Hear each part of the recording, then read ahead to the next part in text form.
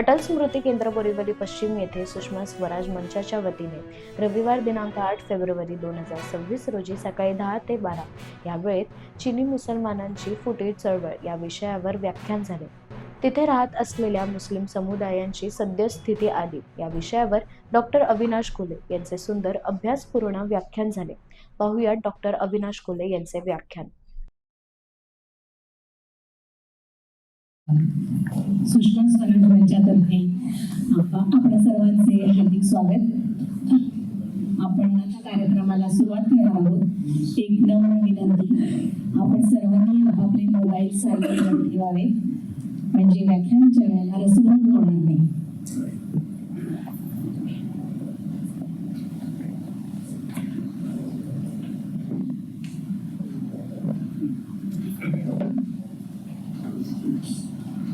कार्यक्रमाला आपण सुरुवात करणार आहोत.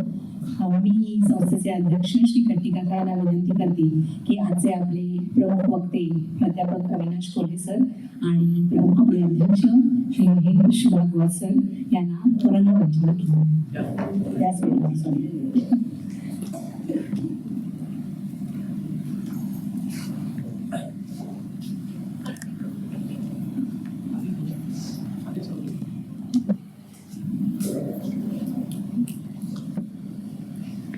मी अध्यक्ष भागवत सर आणि व्याख्याते कोले सरांना विनंती करेन की त्यांनी दीप प्रज्वलनासाठी स्टेजच्या डाव्या बाजूला जावं.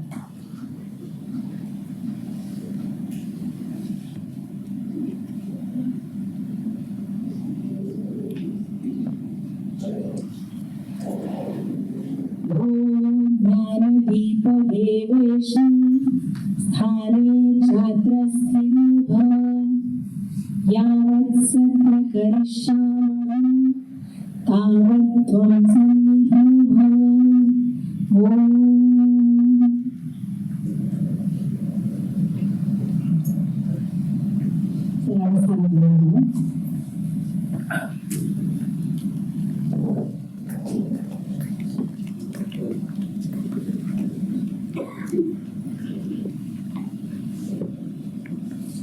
सुषमा स्वराज मंचातर्फे आपण भारताची विदेश नीती आणि आंतरराष्ट्रीय परराष्ट्र धोरण या संदर्भात आपण वेगवेगळ्या विषयावर दर महिन्याच्या एका रविवारी व्याख्यान आयोजित करत असतो. अनेक प्रथितयश प्रसिद्ध व्याख्याते आपल्याला आजपर्यंत लाभलेले आहेत.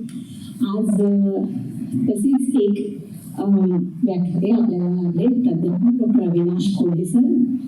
मी त्यांचा अल्प परिचय करून देते, पण त्याआधी आपण त्यांचं पुष्पगुच्छ देऊन स्वागत करूया. कट्टी सरांना मी विनंती करते की त्यांनी कोले सरांचं पुष्पगुच्छ देऊन स्वागत करावं.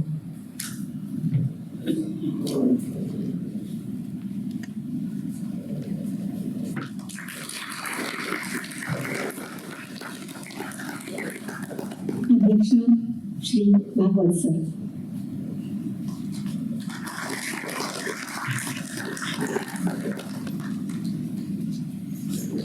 आता थोडक्यात परिचय आपल्या आजच्या वक्त्याविषयी.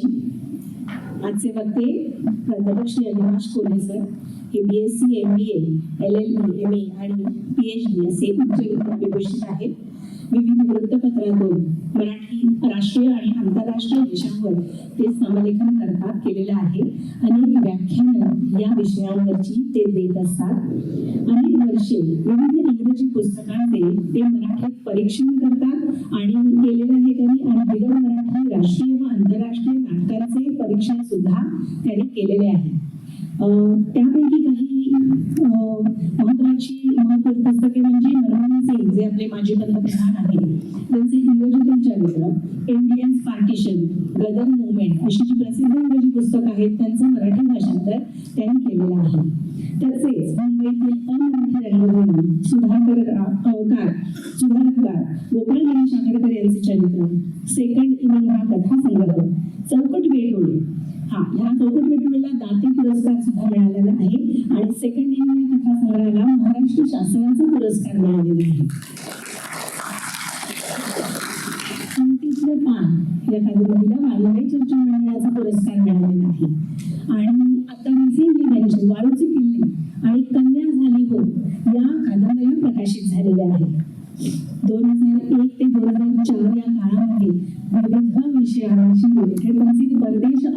सर्वे त्यांनी केलेले आहेत. अनेक महाविद्यालये, खाजगी क्लासेस, UPSC आणि MPSCच्या विद्यार्थ्यांसाठी ते व्याख्यान आयोजित करतात. अशा प्रकारे चतुरस्त्र प्रतिभेचे वक्ते आज आपल्याला लाभले आहेत. आज सुषमा स्वराज मंचातर्फे त्यांचं हार्दिक स्वागत. आता थोडंसं आपल्या अध्यक्षांविषयी. आजचे आपले अध्यक्ष आहेत श्री महेश बाळकृष्ण भागवत सर. ते ME PhD आहेत.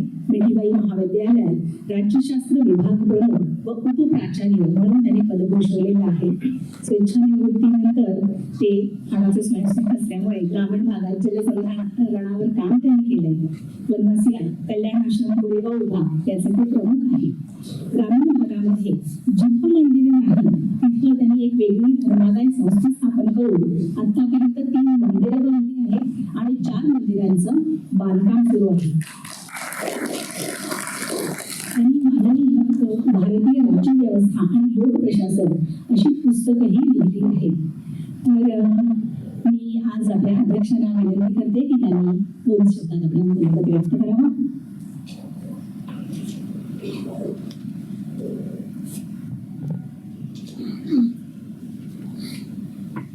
सर्वांना नमस्कार. एक योगच आहे असा की अविनाशजी कोल्हे इथे आलेत आणि त्या कार्यक्रमासाठी आयोजकांनी मला विनंती केली की मी ह्या कार्यक्रमाचा अध्यक्ष व्हायला. मला खूप भाग्याचं लक्षण आहे, कारण अविनाशजी कोल्हे माझे खूप जवळचे, खूप वर्षापासूनचे मित्र आहेत.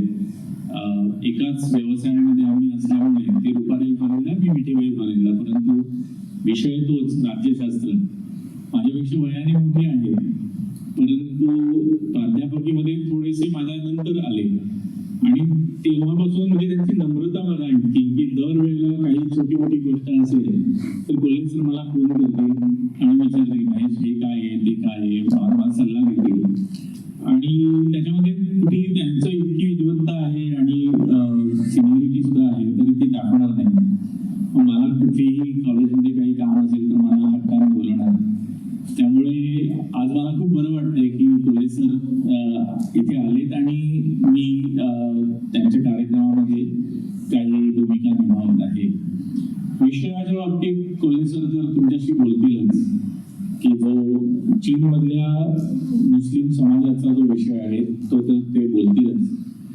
मला फक्त 1-2 मुद्दे, कारण मी सुद्धा राज्यशास्त्राचा प्राध्यापक असल्यामुळे थोडंसं एवढंच अर्थातच सांगायचं आहे की गेल्या काही वर्षांमध्ये विशेष करून मुस्लिम जगत ज्याला आपण म्हणू त्याच्याकडे लक्ष गेले संपूर्ण जगाचं. कारण अर्थात मुस्लिम जगत ही काही असं एकसंध अशी काही गोष्ट नाही. आपण बऱ्याच वेळेला व्हॉट्सअप युनिव्हर्सिटीवरून वाचत असतो की मुसलमानांचे 57 देश आहेत आणि इतर देशांमध्ये मुस्लिम समाज जो आहे तो वेगवेगळ्या प्रमाणात आहे आणि मग त्यांना भेडसावणारे त्यांचे प्रॉब्लेम्स, उदाहरणार्थ मुसलमान अनेक जण अनेक ठिकाणी रेफ्युजी म्हणून आहेत की ज्यांना त्यांचा देश नाही, त्यांना त्या अफगाणिस्तानातून पाकिस्तान गेले, रोहिंग्या ब्रह्मदेशातून भारतात आले किंवा बांगलादेशमध्ये आले, असं सगळं आहेच. त्यामुळे ज्याला पण एक मुस्लिम जगत म्हणून त्याच्याकडे आपलं लक्ष दिले आणि ते वेगवेगळ्या प्रकारचे समस्या म्हणा अशा मुस्लिम जगतामध्ये आहेत आणि काही प्रमाणात काही मुस्लिम गट हे इतरांच्या करताही समस्या निर्माण करतात. मग ते दहशतवाद असो, त्यांची जी काही पुस्तकं आहेत त्याचा चुकीचा अर्थ काढून असो. त्यामुळे या सगळ्या परिप्रेक्ष्यामध्ये आपल्याला चीनमधले जे एक मुसलमान जी मायनॉरिटी आहे त्याच्याकडे आपल्याला बघावं लागेल. अर्थातच मी जास्त त्याच्याबद्दल बोलणार नाही कारण अविनाशजी बोलतीलच, परंतु हा एक विषय म्हणून सुषमा स्वराज मंचाने या विषयावरती एक व्याख्यान व्हावं हे मुळात विचार केला हीच मोठी गोष्ट आहे. कारण हा एक दुर्लक्षित विषय कुठला तर चीनमधले मुसलमान जे मायनॉरिटीमध्ये आहेत तो आमचा जो विषय तो दुर्लक्षित असे करत आहे कारण चीन बऱ्याच वेळेला त्यांची काही राजवट जी काही आहे त्याच्यामुळे बाहेर काही माहिती फारशी येऊ देत नाही. आणि आश्चर्य असं आहे की बरेच बाकीचे मुसलमान देश जे आहेत ते ज्या पद्धतीने चीनी सरकार यांना वागवतंय त्यांच्या मायनॉरिटीला, त्याच्याबद्दल बाकीचे मुसलमान देश फारसे काही बोलताना दिसत नाही. त्यामुळे हे परिप्रेक्ष्य हा एक कॅनव्हास आपल्या समोर आहे. कोल्हे सर अर्थातच ह्या सगळ्या तुमच्यासमोर सगळा हा पट उलगडून दाखवतीलच. त्यामुळे सर तुम्ही आलात, धन्यवाद. आणि आम्ही सगळेजण उत्सुक आहोत तुम्ही जे काही आम्हाला सांगाल त्याच्याबद्दल. धन्यवाद.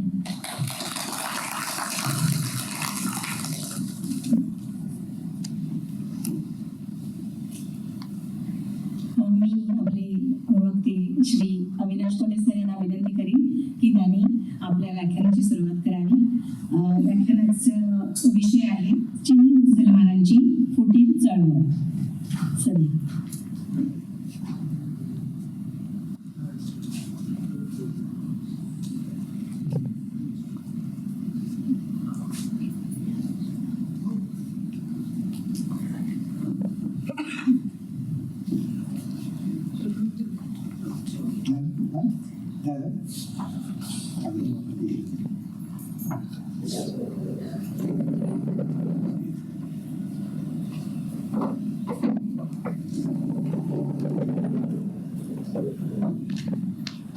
धन्यवाद मंडळी.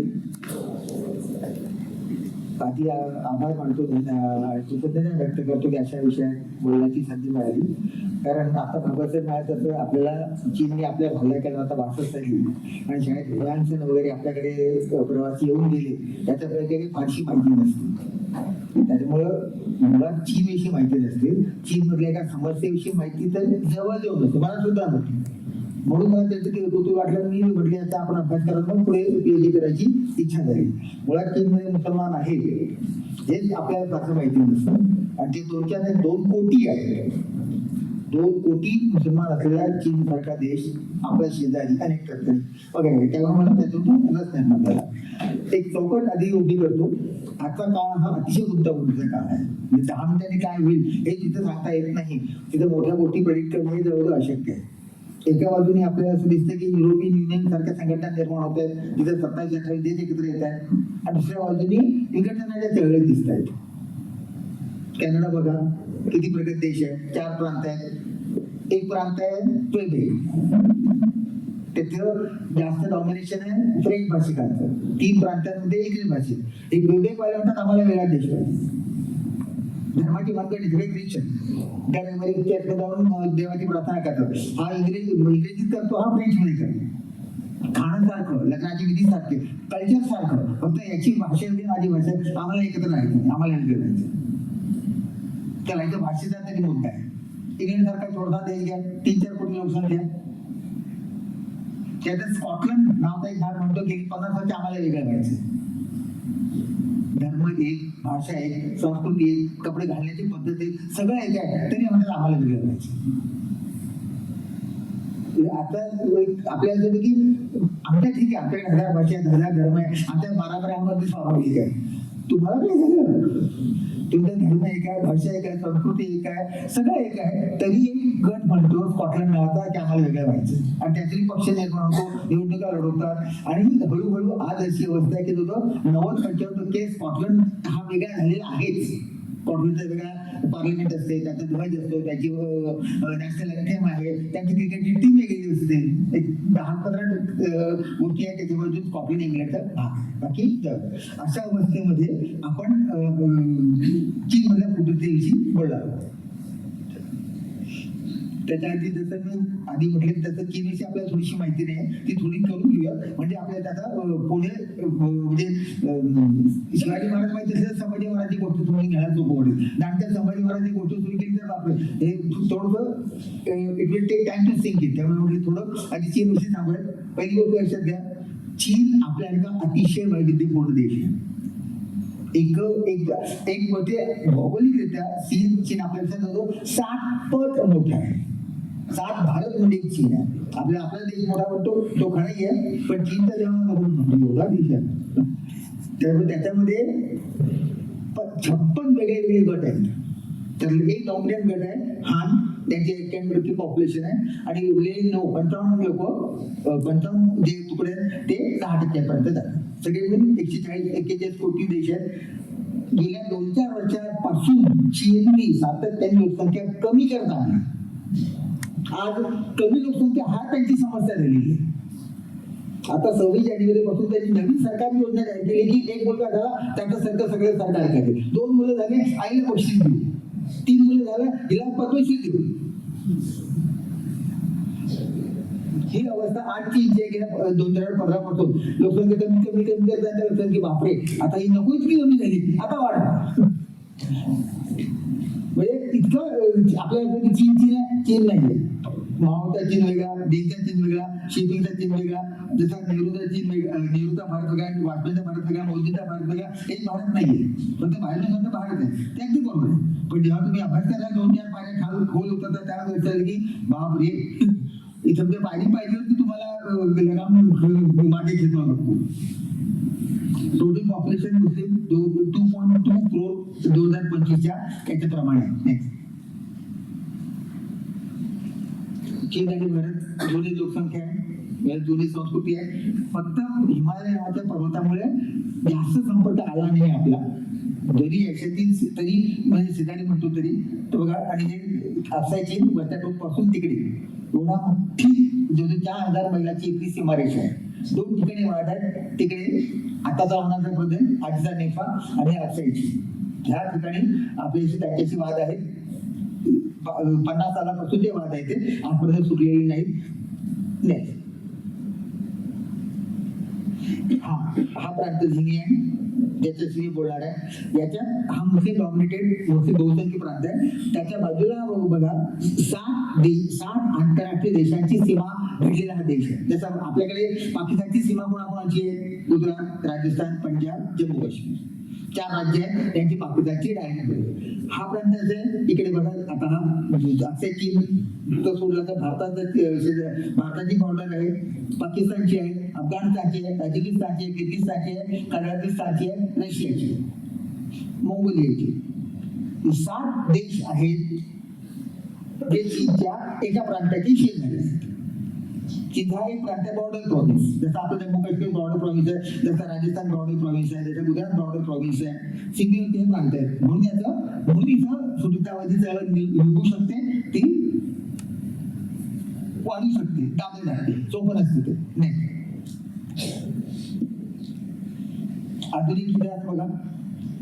चीनमध्ये अनेक वंशाने राज्य केलेले आहेत. शेवटची महत्वाची म्हणजे बांचू 1644 ते 1912 3-3 होती. आणि सन्याक यांनी क्रांती करून चीनमध्ये प्रजासत्ताक स्थापन केला 1950 साली. तो 1943 मध्ये टिकला आणि मग नवाचा चीन सुरू झाला. 49 ते आजपर्यंत हे चीनचे आजच्या काळामध्ये 3 अवतार आहेत असं म्हणूया. साम्राज्यवादी चीन, प्रजासत्ताक चीन आणि साम्यवादी चीन. हे 3 तुम्हाला लक्षात घेतले पाहिजे की त्याचा आपल्याला सतत संदर्भ लागणार आहे. जसा आशियाई देश म्हणून जसा आपला पाश्चात्यांशी संपर्क आला तसा चीनचा पण आला. त्याचे जे काय परिणाम आपल्या झाले बरे वाईट तसेच त्यांच्या अनुकूल झाले.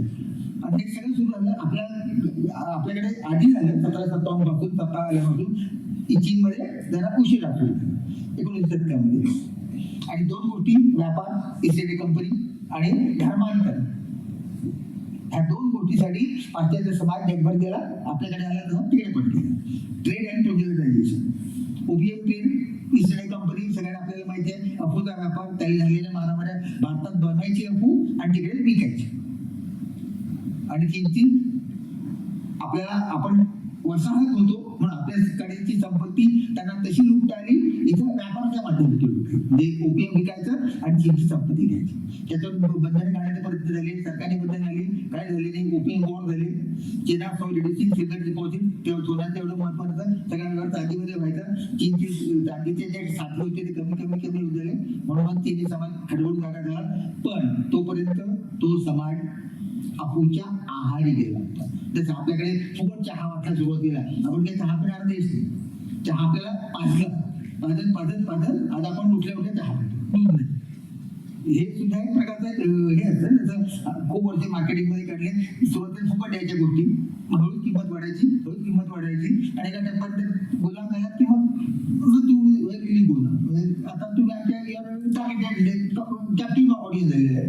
तसं ओपीएमच्या मार्केट मध्ये केलं. नेक्स्ट त्यातही युद्ध झाली. पहिलं ओपियम वॉर, दुसरं ओपियम वॉर. ह्या मोठ्या लक्षात घ्या. Century of canning humiliation.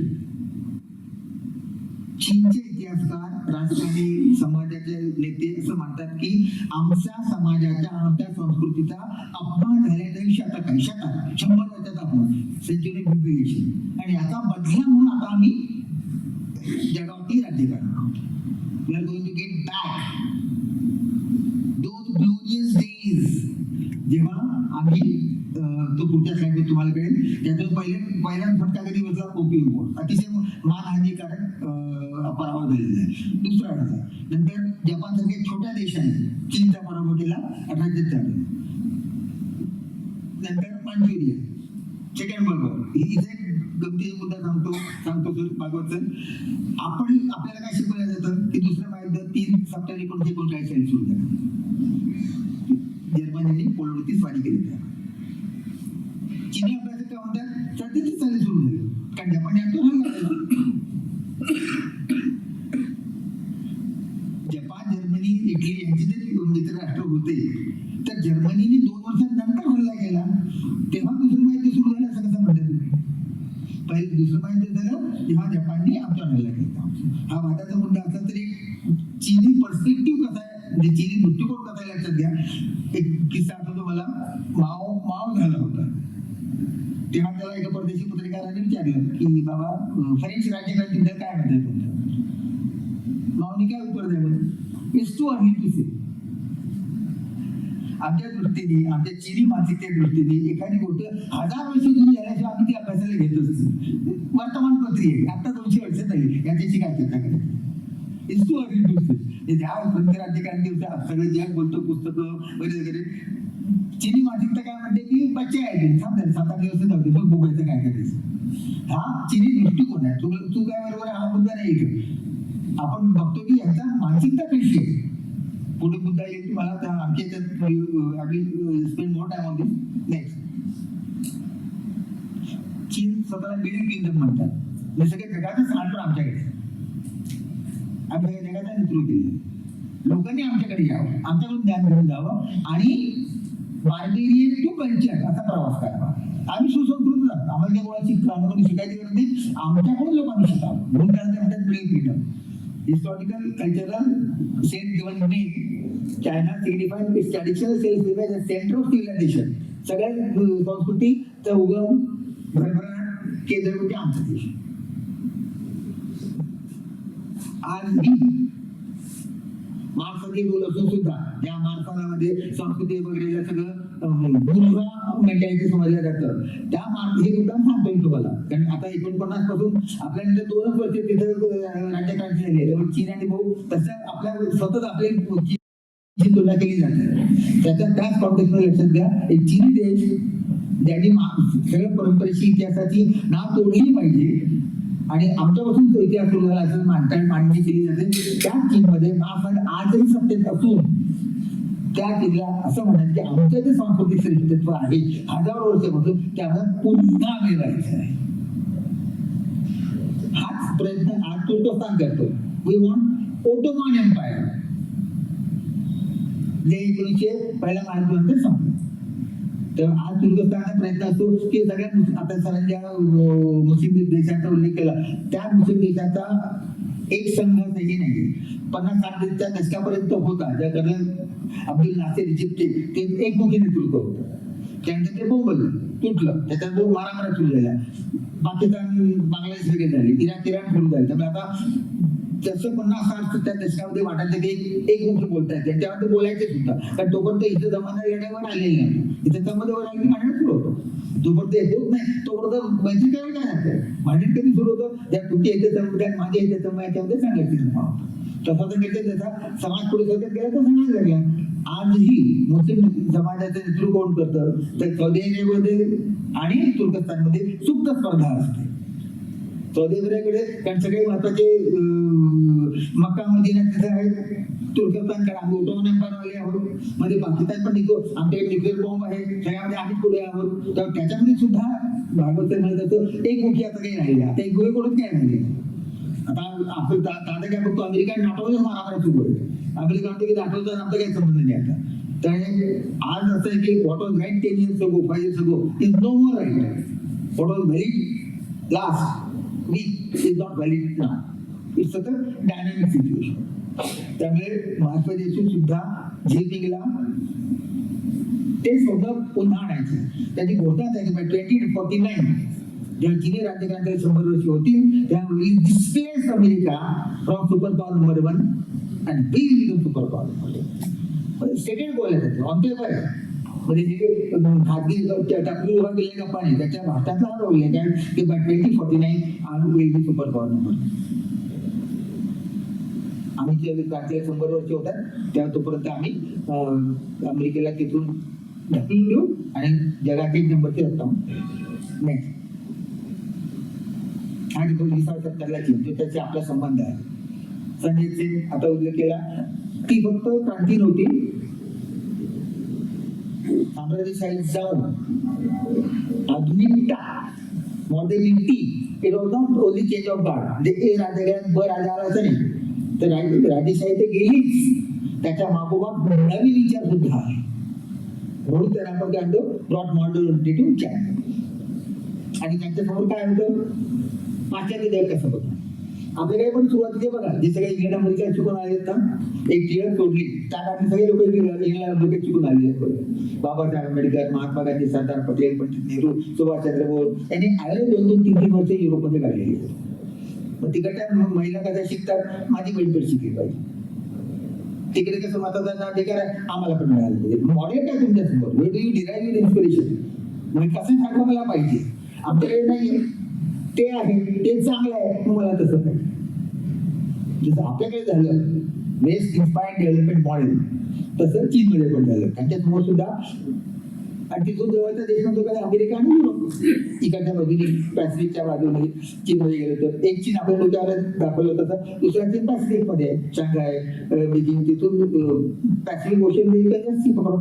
लहानपणी जेव्हा वाचायचं ना की लाला लजपत राय वगैरे अमेरिकेला गेले जपान मार्फत म्हणलं की मी इथून लंडनला तिथून जपान तिकडून अमेरिका असे वाढले. तेव्हा भूगोल व्यवस्थित माहिती नव्हतं की जपानवरून 4 तासावर अमेरिका आहे म्हणून पलायन करू शकलं. बदलान करून जपान अमेरिका झाला करणार कसा अख्खा कॉन्टिनेंट जाणार नाही टाकाळी कारण ते नाही करायचे का प्रकारचे शेअर पॅसिफिक ओशन. दुसरा मुद्दा रशियन रिव्हर्सचे 17 साली जगभर वेगळा जल्लोष निर्माण झाला होता तसा तो चीनमध्ये सुद्धा होणार स्वाभाविक. आणि चीन भारत पाकिस्तान त्याचे बॉर्डर शेअर करतात तसे भारत चीन रशिया आहे ते पुढे तुम्हाला त्या कशामध्ये दाखवत होतं. हजारो मैलांची कोणत्याची बॉर्डर त्यामध्ये जे रशियात होतं ते चीनमध्ये कळतं ते चीनमध्ये होते रशियामध्ये कळतं. इथं म्हणजे शेजारी सख्खे शेजारी देश आहेत. आणि तोपर्यंत रशियन साम्राज्य होती त्याकडे. रशियाचं साम्राज्य, ब्रिटिशांचं साम्राज्य आणि तुर्कस्तानचं साम्राज्य याचे 2-3 पहिल्या महायुद्धात संपले. त्याच्या अगोदर ते रशियन साम्राज्य होतं. तो रशियाचा नकाशा बघितला नसेल याच्या युरेशियन कंट्री 50% युरोपमध्ये आहे, 50% आशियामध्ये आहे. ताश्कंत जिथे गांधी आपले शासनजी वाढले ते रशियामधल्या एका मुस्लिम प्रांतामधलं हे आहे. ते आता थोडा तुम्हाला काय पण तो देश प्युअर युरोपियन नाही आहे. अर्धा युरोपमध्ये आहे अर्धा आशियामध्ये. इथे युरेशियन देश. त्याच्यामुळं रशियाचा बराचसा ताबा आशियामधल्या काही देशांवरती होता. तो मार्क्सवादी लेनिनने सोडून दिला. त्यामुळे सुद्धा चीनमध्ये आनंदाची लाट पसरली की बघा हे किती चांगले आहे, तो झाड किती नालायक होता, त्याचा साम्राज्यशाही वेगळा होता. हे गुडविल म्हणतो आपण आजच्या भाषेत जनता संपर्काची माध्यम त्याप्रमाणे हे लँड राईट दिल्यामुळं आणि goodwill of the Chinese society Russian लोकांविषयी चीनमध्ये त्या काळी अंडरलाईन त्या काळी आज नाही आज तो 100 वर्षी पुढे गेली आनंदाची चांगली भावना होती. नेक्स्ट आता बघा आजच्या काळाची पहिली गोष्ट म्हणजे तो मार्क्सिस्ट देश म्हणजे धर्माची ऑफिशियली तिथं जागा नाही.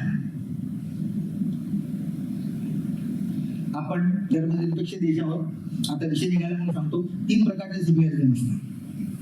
3 प्रकारचे धर्मनिरपेक्षता असतात. एक युरोपमध्ये निर्माण झालेली धर्म शास्त्रीय वेगळी करणारी.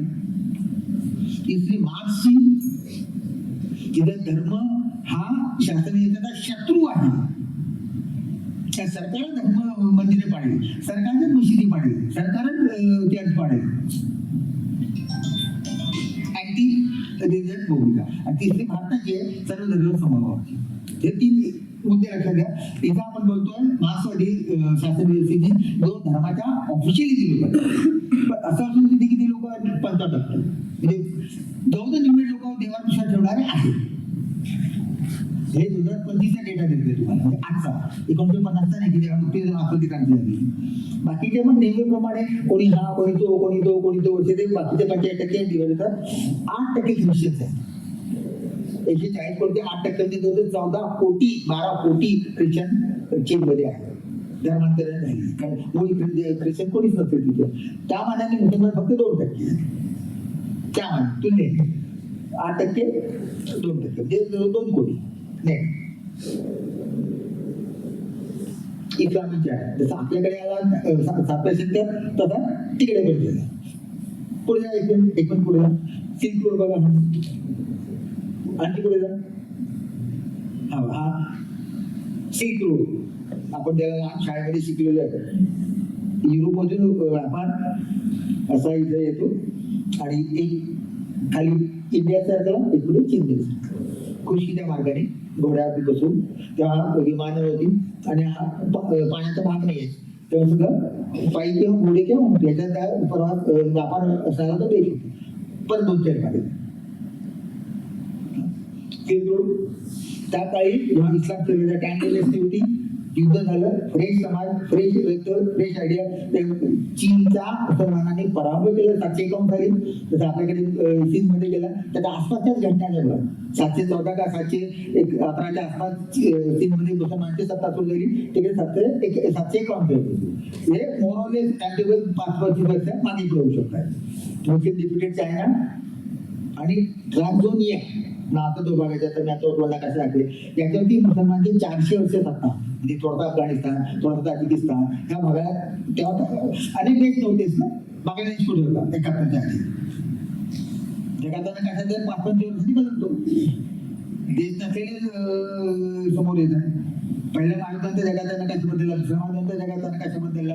भारत नव्हता, ब्रिटिश भारत होता. भारत निर्माण झाला, पाकिस्तान निर्माण झाला, बांगलादेश निर्माण झाला. ही प्रोसेस सुरू असते. त्याप्रमाणे हा 400 वर्षांतर आज या 400 आता नकाशा दाखवतो तुम्हाला. या क्रिएटिव्हमध्ये काय होतं बघा, 5 मॉडर्न आजचे जे 5 देश आहेत ते तुम्हाला तिथे दिसतील. उझबेकिस्तान त्याचा भाग होता, ताजिकिस्तानचा पश्चिम भाग, किर्गिस्तानचा पश्चिम भाग, तुर्कमेनिस्तान आणि कझाकिस्तान. हे सगळे जे आज वेगळे देश आहेत हे सगळे या ट्रान्झोनिया नावाच्या एका भागाचा भाग होते. त्याचा एशिया मायनर आपण म्हणतो. तो हा एक भाग नाही ट्रान्झोनिया ट्रान्सोक्सिनिया असं काही तो उच्चार काही केलं तो माझ्या जीवर बसत. ट्रान्सोक्सिनिया इथे बघा, अगदी खाली पाकिस्तान आजच्या काळातला इंडिया हा जो पिवळा दिसतो सगळा, that is ruled by Muslim power for 400 years during 751 onwards. पुढे 400 वर्ष हा मुस्लिम सत्तेच्या हाती होता. नेक्स्ट सिल्क रोड तुम्हाला दाखवलं तर इथं हे आहे तुर्कस्तान. तुर्कस्तान स्वतःला युरोपमध्ये म्हणतात, काही लोक आशियामध्ये म्हणतात. तिथून क्रॉस केला की युनिट युरोप. तिथला सगळा मार्ग व्यापाराचा हा मार्ग पारंपरिक जुना मार्ग. इथे गडबड झाली 10व्या शतकात, म्हणून वास्तव आम्हाला इकडून समुद्र मार्ग शोधावा लागला. ज्याला आपण केक लागू याला चक्कर मारून पुढे यायचा हा जो प्रकार सुरू झाला, तर हा मार्ग धोक्यात पडला. लूट सुरू झाली, कंट्रोल केला. व्यापाराला शिस्त लागते. Business needs discipline. सकाळी 10चा दुकान सुरू होईल, संध्याकाळी 7 वाजता सुरू होईल. विकलेल्या मालाला घरी नेता येईल, विकलेल्या बसेल. लुटालूट झाली, मारामारी झाली, भांडण झाली, व्यापार जिंदगी होती. पीस अँड सिक्युरिटी मध्ये बिझनेस फोकस तो मुंबईला, म्हणून मग समुद्र मार्गे यांना मार्ग सुरू नाही. हा अख्खा चीनचा देश नकाशा सगळा.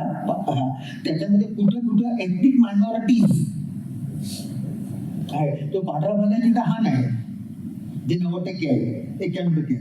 बाकीचे जे 9% आहेत, त्या 9% कुठे आहेत त्याचे सगळे डिटेल्स आहेत तुम्हाला. निळा दिसणार तिबेट आहे, त्याच्यावरती लावला तो सिंग आहे जिथे आपण आता बोलणार आहोत हे असा हा म्हणजे आपल्याला जसं म्हणते की सगळ्यात चीन एकच आहे तर तसं तो नाही. त्यातला जवळजवळ खूप मोठा भाग आहे जिथे हान विषयांची मेजॉरिटी नाही, सत्ता आहे असं म्हणतो, मेजॉरिटी नाही. हे आजचा तर आहे 140 कोटी करन्सी बघा. बीजिंग प्रॉव्हिन्सेस 22 प्रांत आहेत आणि टायवान म्हणतात त्यांचं काम आहे. त्यामुळे ते प्रांत असतं ते म्हणतात फिजिकली 22 प्रांत. शेवटामध्ये लक्षात घ्या आपल्याकडे फेडरल स्टेट आहे, ते युनायटेड स्टेट आहे, पण एकच केंद्र सरकार असतं आणि त्याचे हुकूम खालच्या प्रांतांच्या सरकारनं पाळतात. प्रांताच्या सरकारनं स्वतःचे स्वतंत्र अधिकार नसतात. त्याचे आपल्याकडे फडणवीस साहेब ते करू शकतात, तिकडे कर्नाटक सरकार काही करू शकतो, गोव्याचं सरकार स्वतंत्रपणे काही करू शकतो, तसं तिकडे नसतं. एकदा केंद्र सरकारने सांगितलं अफेक्टिव्हमध्ये ते तुम्हाला आधीच पाळत असतात. तिथे राज्य सरकारांना प्रांतीय सरकारना स्वतःचे वेगळे घटनाने दिलेले अधिकार नसतात. हा युनायटेड स्टेटचा अर्थ. त्या पुढच्या वाक्य सिंगल पार्टी स्टेट 49 सालापासून आजपर्यंत कम्युनिस्ट पार्टी ऑफ चायनाचीच सत्ता आहे. भाजप हरले, काँग्रेस आली, काँग्रेस गेली इंडियाला, इंडिया गेली युपीआला. अशा बातम्या येत होऊ शकत नाही. पक्षाच्या आतमध्ये निवडणुका होतात. कारण माझ्या दृष्टीने पक्षाचं धोरण असं असावं, बापूसाहेबांच्या दृष्टीने पक्षाच्या दृष्टीने तसं असावं. मग आमच्यातली निवडणूक आणि पक्षाचे प्रतिनिधी निवडून देतील. So this is an intra-party election, not inter-party election. Election होत होतं, त्यांच्याकडून काँग्रेस होते, 5 वर्षांनी अधिवेशन होतात, पक्षाला धोरण मांडायला लागतं, त्याच्या वादावादी होती. काही लोकांना कॅन्डी मिळते, काही लोकांना प्रमोशन मिळतात, बाकी सगळं सारखं आहे. फक्त बहुपक्षीय पद्धत आहे का? नाही, एक पक्षीय पद्धत आहे. आणि म्हणजे सगळ्यांचा जो कोण त्या पक्षात असेल त्याचा मार्क्सवादावरती विश्वास असलाच पाहिजे. Without Marxism, we can become a member of CPC. मग वाद कुठे सुरू होतो? तर या क्षणी मार्क्सवादी दृष्टिकोनातून काय निर्णय घ्यावा याच्याविषयी या 10 लोकांमध्ये वाद आहेत. हा म्हणतो अमेरिकेची मैत्री करावा, हा म्हणतो भारताची मैत्री करावा, हा म्हणतो पाकिस्तानची मैत्री करावा.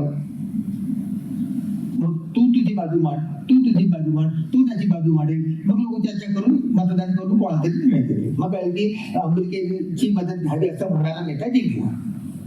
मग आपल्याला म्हणतात की आता चीन अमेरिकेच्या बाजूला झुकेल, वळेल नाही, फार होऊ शकत नाही. पण हे सगळं कम्युनिस्ट पार्टीच्या बॅनर खालीच सत्ता बदल होत नाही, नेतृत्व बदल होतो. पण CPC रिमेन्स पॉवर. हा सिंगल पार्टी आणि या पक्षाचं ध्येय काय? समाजवाद आहे. भांडवलशाही नाही, हुकुमशाही नाही, म्हणजे इजम सुद्धा पक्का आहे. म्हणजे काय पक्का आहे? पक्ष पक्का आहे, त्या पक्षाच्या धोरण पक्का आहे. त्या समाजवादाच्या प्रकाशात तुम्हाला देशाचा मार्गक्रमण करावा लागतो. देशनी वेगळ्या प्रकारचा समाजवाद आणला, पण समाजवाद आणला, खाजगी भांडवलाला वाव दिला, स्पर्धा जाहीर केली वगैरे सगळं केलं, पण समाजवादाच्या चौकटीमध्येच केली. त्याच्यामुळं हे सगळं काय लक्षात घ्यायचं की या देशात काय पक्का आहे? पक्ष पक्का आहे. दुसरं पक्का काय? इझम पक्का आहे. याच्या पुढे काय बदल होती? ह्या माणसाच्या आकलनानुसार कमी असतो, एवढं नाही. आपल्याला आता आपल्याकडे 22 भाषा आहेत, 300 भाषा आहेत.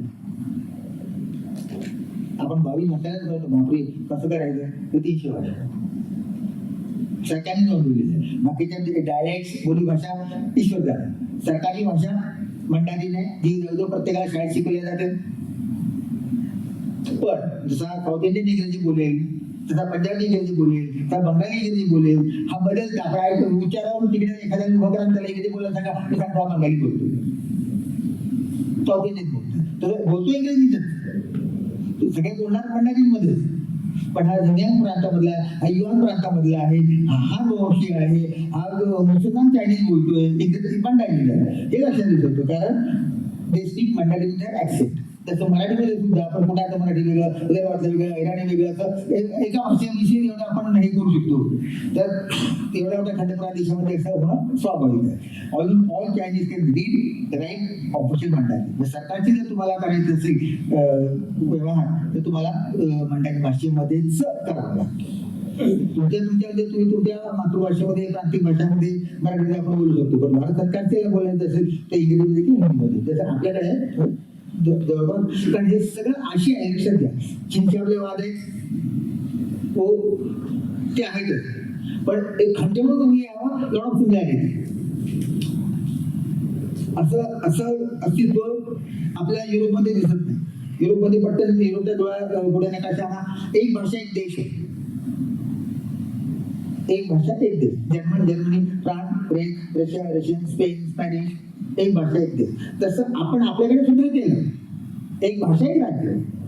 कन्नडा, बंगाली, पंजाबी प्रत्येक भाषा येते बरं, कारण बहुभाषिक अस्तित्व आलं हे खरं. तसं तेवढी लँग्वेज आयडेंटिटी शार्प असल्यामुळे चीनमध्ये तसं करायची गरज भासलेली नाही अजून तरी. उद्याचं कोणी सांगा नाही. आता हे सगळे चौकटीनंतर आता आपला वर्णविषयी. झिंगेन हा जो प्रांत आहे जिथे मुसलमान बहुसंख्या आहे. आठव्या सातव्या शतकापासून आपण चर्चा करतोय. युगुल मुस्लिम हा जो प्रांत आहे त्याच्यात त्यांच्या आठव्या शतकापासूनची सत्ता होती. 1756 म्हणजे मांचू ही जी शेवटची राजघराणं होती ते 400 सत्ता गेली, त्यांनी तिथल्या मुसलमानांचा पराभव केला आणि तो भाग आपल्या भाषेमध्ये स्वतःच्या प्रांताला जोडून घेतला आणि त्याचं नाव ठेवलं झिंगियान. झिंगियान म्हणजे नवीन प्रांत, फ्रॉन्टियर स्टेट म्हणून त्याचं नाव झिंगियान. न्यू टेरिटरी यांची आणली लँग्वेज. पण युरोपियन अभ्यासक, रशियन अभ्यासक काय म्हणतात हा चायनीज तुर्कस्तान आहे. कारण तो तुर्कस्तान या बाजूला आणि या बाजूला हा भाग, हा आता चीनच्या ताब्यात गेला, पण तरी तो मूळ तुर्कस्तानचाच होता. तर हा चीनच्या ताब्यात असलेला तुर्कस्तान हा तुर्कस्तानच. तिथे तुर्की बोलणारे लोक आहेत, तिथे मुसलमान धर्मीय आहेत, त्यांचं सगळं मुस्लिम मधल्या तुर्कस्तानांसारखं आहे, फक्त त्यांचा राजकीय ताबा आता चीन नावाच्या वेगळ्या देशांकडे गेलेला. So we call it Chinese तुर्कस्तान.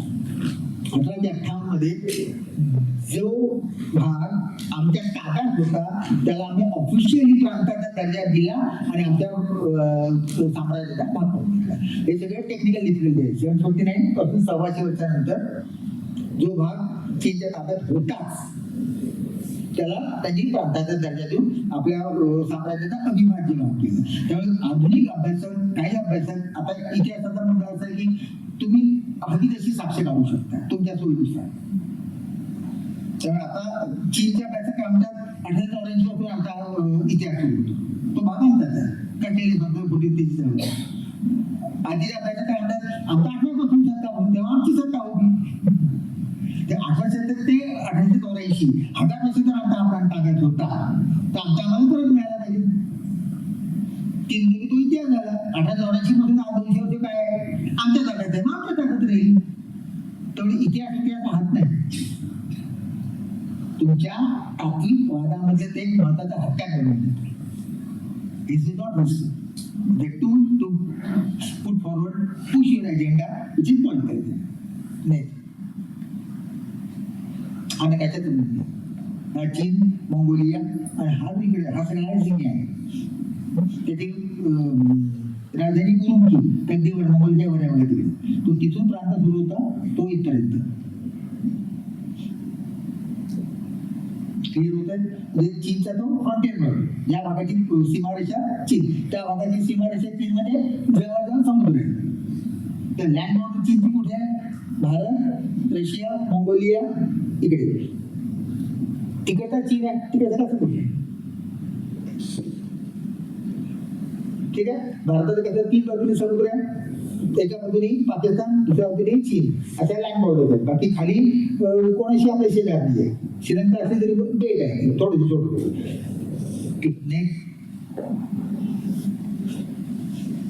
आता मुद्दा आणखी पुढे येतो.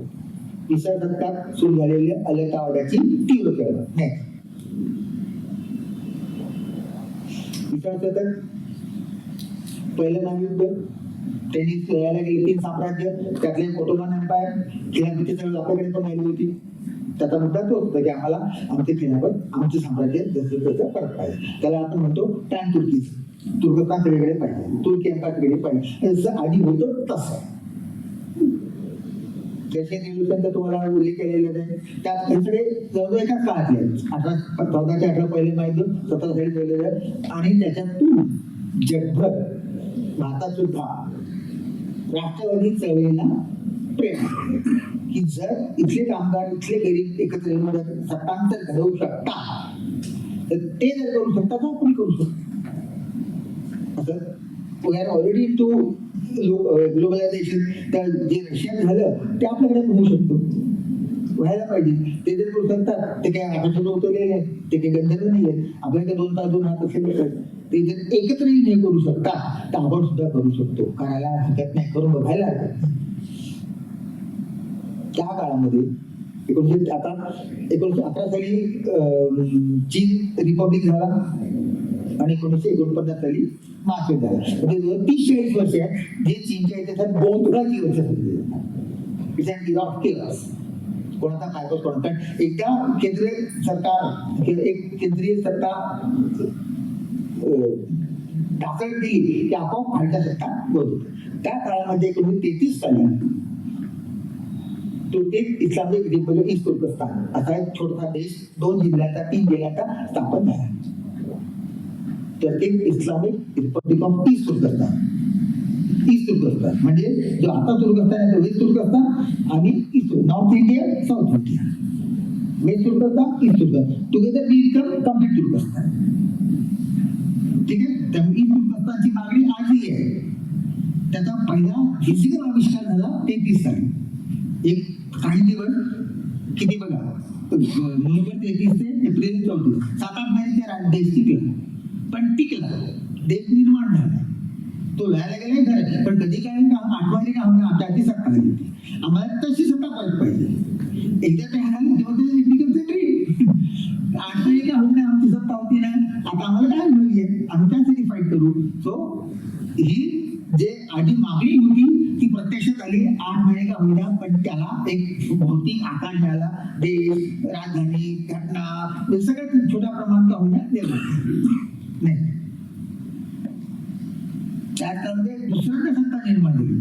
सेकंड ईस्ट तुर्कस्तान रिपब्लिक डिसेंबर 44 ते नोव्हेंबर 44 ते डिसेंबर 49 ते 5 वर्ष टिकले. म्हणजे आधुनिक काळामध्ये विचार शतकात ईस्ट तुर्कस्तान हा देश प्रत्यक्षात येऊन गेला. 7-8 महिने 4-5 वर्ष लय फरक पडला. तेव्हाची परिस्थिती 33 ची परिस्थिती 10 वर्षांतर परिस्थिती बदलली. कारण हा काळ कुठला बघा दुसरं महायुद्ध. हा दुसरा महायुद्धाचा काळ आहे. तो दुसऱ्या महायुद्धाचा आधीचा काळ पहिल्या महायुद्ध संपल्यानंतरचा म्हणजे 1917-18 ते 1939 अशी 21 वर्ष युरोपच्या इतिहासात त्याला ते म्हणतात इंटर वॉर इयर्स. 2 महायुद्धातला मधला काळ. 18 पहिलं महायुद्ध संपलं, 1939 दुसरं महायुद्ध सुरू झालं. म्हणजे 21 वर्ष. त्या 21 वर्षामध्ये युरोपमध्ये काय झालं, चीनमध्ये काय झालं तर एक देश 8 महिने सुरुवातीला नंतर 4 वर्ष टिकले. 2000 पर्यंत काय दुसरं महायुद्ध सुरू होऊन शेवटच्या टप्प्यात आलं होतं 44 मध्ये. 39 मध्ये नाही, नोव्हेंबर 44 आणि 6 महिन्यांनी हिटलर न्यायपूर्ती केली 30 एप्रिल 45 म्हणजे फक्त 6 महिने आहेत. 6 महिन्या अगोदर झालेली घटना जी 5 वर्ष टिकली. आता याला काय सपोर्ट होता युएसएसआरचा. ज्या युएसएसआरने 19 साली चीनच्या प्रांताचे हक्क सोडले होते तोपर्यंत लेनिन वरून साली सत्तेत आला होता. 24 साली साडेचार बदललेलं लक्षात आलं होतं. ते आता आपल्याला जेवढी जमीन आपल्या ताब्यात देता येईल तेवढी घेतली पाहिजे आणि आपल्या सीमा रेषा पक्क्या केल्या पाहिजे. याच्यात जर हे आपल्या बाजूनी सरकार असेल, आज पाकिस्तान अफगाणिस्तान एवढी निवडणूक का करतो त्याला आपल्या खिशातलं सरकार तिथं पाहिजे. पाकिस्तानची सगळी धडपड काय की बांगलादेश त्या जन्म झाल्यापासून पाकिस्तानच्या मनात ही भीती आहे की जर भारताने आपल्या रेटायला सुरुवात केली तर पळायचं कुठे तर अफगाणिस्तानमध्ये पळून जायला आज घ्यायला कोणते तिथं आपला मित्र सरकार पाहिजे म्हणजे आपल्या खिशातलं सरकार पाहिजे. त्यामुळे 71 पासून आजपर्यंत पाकिस्तानची तालिका निर्माण कर, कधी हे कर कधी ते कर येन प्रकारे तिथल्या सरकारवरती ताबा होतो. त्याला स्ट्रॅटेजिक डेप्थ म्हणतात ते ढकललं आपल्याला जायचं पडून. आधी कसं होतं इकडे हल्ला केला भारताने आपण इकडे हल्ला करू. पूर्व पाकिस्तान केल्यापासून वेगळ्या राहिलेला पाकिस्तान सगळं निर्माण झालेला आहे. तो हा की भारताने जो आपल्यापेक्षा 10 पट 8 पट मोठा आहे त्याने आपली रेटायला सुरुवात केली तर काय. So we want Afghanistan, friendly government in Afghanistan, तसं रशियाचं होतं की माझ्या ताब्यात जरी मी प्रांत ठेवू शकलो नाही तर किमान माझ्या विचारसरणीला म्हणा माझ्या जी मैत्री असेल सरकार तिथं सत्तेत असावं म्हणून सपोर्टेड बाय युएस. जो रशिया 20 वर्षांपूर्वी सोडतो तोच रशियाचा 20 वर्षांतर पाठमाग आहे. हे सतत राष्ट्रांत बदलत राहतो. चीन रशिया फ्रेंडशिप ट्रीटी तेव्हापासून दिली ऑगस्ट 45 दुसरं महायुद्ध संपल्यानंतर 17 ऑगस्टला जपानने शरणागती पत्करली. त्यानंतर परिस्थिती फार गंभीर बदलली. नवीन परिस्थितीमध्ये आपल्याला तोपर्यंत मावळती क्रांती शेवटच्या टप्प्यात आली. आपण म्हणतो क्रिकेटमध्ये म्हणतो बघा शेवटच्या 4 बॉल राहिले आणि 20 रन काढायचे. आपण आता जवळजवळ जिंकलेले 4 बॉलमध्ये काही विसरणं होणं अशक्य आहे. आपण हळूहळू फटाके लावायला सुरुवात करतो. तसं ह्या शेवटच्या टप्प्यामध्ये लक्षात आलं की हा मासिक सरकार तिथे आता स्थापन करू शकेल म्हणून आणि हे त्या वर्षी टिकली. मुद्दा काय त्याचं लक्षात द्यायचा की 20व्या शतकातल्या सुरुवातीच्या 30 वर्षामध्ये ईस्ट तुर्कस्तान नावाचा देश अस्तित्वात येऊन गेला 8 महिने 4 वर्ष. त्याच्यामुळे हे हवेत नव्हतं. हे स्वप्न प्रत्यक्षात आलं मोडलं आता मला तिसऱ्यांदा प्रत्यक्षात आलं. त्याच्या इन्स्पिरेशनचा त्याच्या मोटिवेशनचा अंदाज दिसलेला नाही. घड्याळी काय कुठे कळते किती वेळ उठतोय इथं पण दिवस बोलू शकतो ते एकदम विषय किती वेळ झाला अजून किती वेळ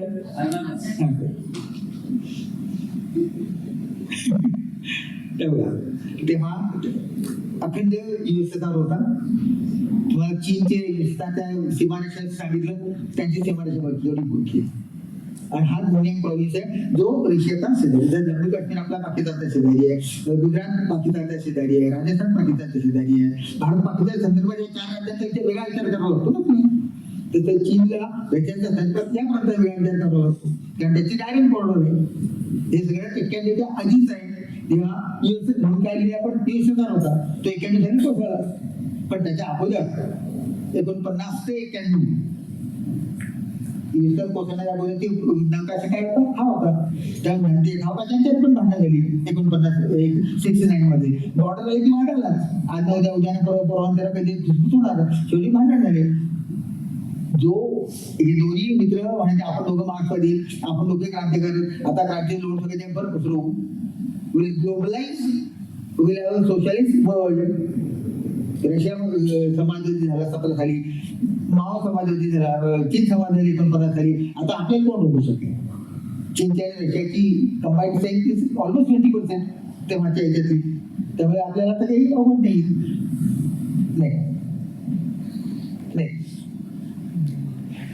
49 साली माओचा चीन बघा. माओनी खरा राष्ट्रवादी असल्याप्रमाणे सत्तेत आल्याला स्वतःच्या बॉर्डर पक्के केले. तिथे आपण व्हल्नरेबल आहोत. पहिली गोष्ट मंगोलिया 47 साली, लिबिया 49, पुढच्या वर्षी तिबेट. हे 3 प्रांत विषयीच्या सीमारेषा त्याच्या मावाच्या अगोदर ह्या सुरू होत्या. त्याचा फक्त आपल्याला बसलेला आहे. ती सगळी बॉर्डर रेषा दाखवली इथे काही वेल डिमार्केटेड नव्हतं म्हणून गोंधळ झाला. आपल्याला कळलं की आहे पण इथं याने जोडा कशा मारल्या वगैरे वगैरे. मग तेव्हा सुरू झाले कारण वेल डिमार्केटेड लाईन नव्हतीच ना. जशी पाकिस्तानच्या संदर्भात ती काही काश्मीरमध्ये नव्हती. बाकी ते लक्षात घ्या गुजरात राजस्थान पंजाब इथं कधी मारामाऱ्या होते. भारत पाकिस्तानच्या संदर्भात 3 राज्यात कधी फारसा मारामाऱ्या होत नाही कारण तिथं बॉर्डर आहे. बॉर्डर म्हणजे सीमा आहे. तुम्हाला म्हणजे मला हे माझं हे तुझं भांडण नाही. काश्मीरमध्ये हे माझं की तुझं मी म्हणतो माझं तू म्हणतो तुझं याच्यावर वाद आहे म्हणून लाईन ऑफ कंट्रोल आहे LOC आहे. जे 2 देशामध्ये 2 प्रकारच्या सीमा आहेत. एक ऑफिशियल सीमा रेषा बॉर्डर डिस्प्यूट आणि एक LOC त्याच्याविषयी वाद आहे. आपण मनापासून म्हणतो ते आमच्या ते मनापासून म्हणतो आमची. पण गुजरातमध्ये तसा वाद नाहीये, राजस्थानमध्ये नाहीये, पंजाबमध्ये नाहीये. तर भांडण सगळे मारामारी कुठे होत असतात तिकडे होत असतात. याच्यात आरामात दिवसभर उभे असतात. तुझी ड्युटी माझी ड्युटी. मी तर ऐकलं सिनियर लोकांकडून तर त्या गप्पा खाणं पिणं पार्टी, बारांचे मुलगा पैदा झाला, त्या मिठाई केला, बेटीची शादी आहे, बाळ काय आवडा, दहेज किती द्या, गावात काय करताय, उभ्या उभ्या गप्पा दिवसभर करायचं काय त्या उन्हामध्ये उभं मात्र करायचं काय. गुपचूप क्रिकेटचे मॅचेस, फुटबॉलच्या मॅचेस सगळ्या व्यवस्थित सुरू होते, कारण भांडण नाही आहे ना. तू तुझी ड्युटी करतोय बॉर्डर सांभाळायची, ती माझी करतो, तर याच्याशी भांडण नाही आहे.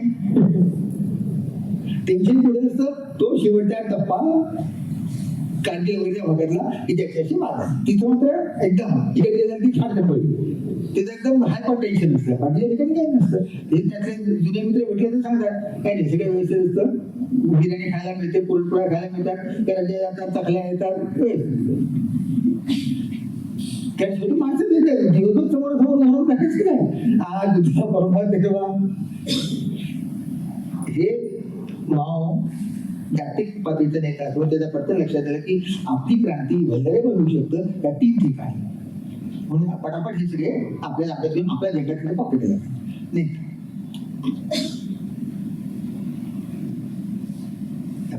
तो इनर मंगोलिया 1947 साली घेतला, हा झिंगियांग 2050 साली घेतला, आणि हा तिबेट त्याचा झियांग हे चायनीमध्ये येतो. हे तिन्ही बॉर्डर एरिया आहे, सीमारेषा पक्क्या पाहिजेत, त्याच्यात आपला ताबा पाहिजे, ते गडबड व्हायला नको. हे मावनी सुरुवाती 2-3 वर्षातच साधते. फक्त गडबड भारताच्या संदर्भात झाली कारण अंदाज नाही आला काय करावं, पण इथं नाही. खटाखट त्यांनी म्हणजे सैन्य पाठवून ताब्यातच घेतले सर, हे आमचं उद्यापासून त्याच्याच नाही. पण तिथे सुद्धा लोक रेजिस्टन्स काही नव्हता, सगळ्यात गोंधळ होतं त्या काळातल्या चीनमध्ये. त्यामुळे ते तसं तो लिहिणे सोपं होतं. मुद्दा सोपं होतं का अवघड हे नाही आहे. मुद्दा आहे की त्याला माहिती होतं की हे बॉर्डर एरिया आणि दिस मध्ये क्लिअरली डिमार्केटेड आणि त्यामध्ये क्लिअरली अंडर आवर कंट्रोल. त्यामुळे तो इंडियन मंगोलिया बघा, हा झिंगियांग बघा, तिबेट बघा, हे चिंता नाही. इकडे नाही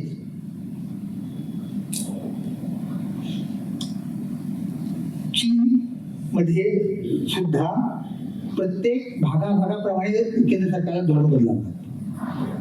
मी आता सांगितलं बीजिंगचे सगळे हुकूम पाळतात, पण काही स्थानिक वेगळेपणा लक्षात घेऊन त्यांना सुद्धा ऑटोनॉमस रिजन्स निर्माण करायला लागले, स्वायत्त भाग.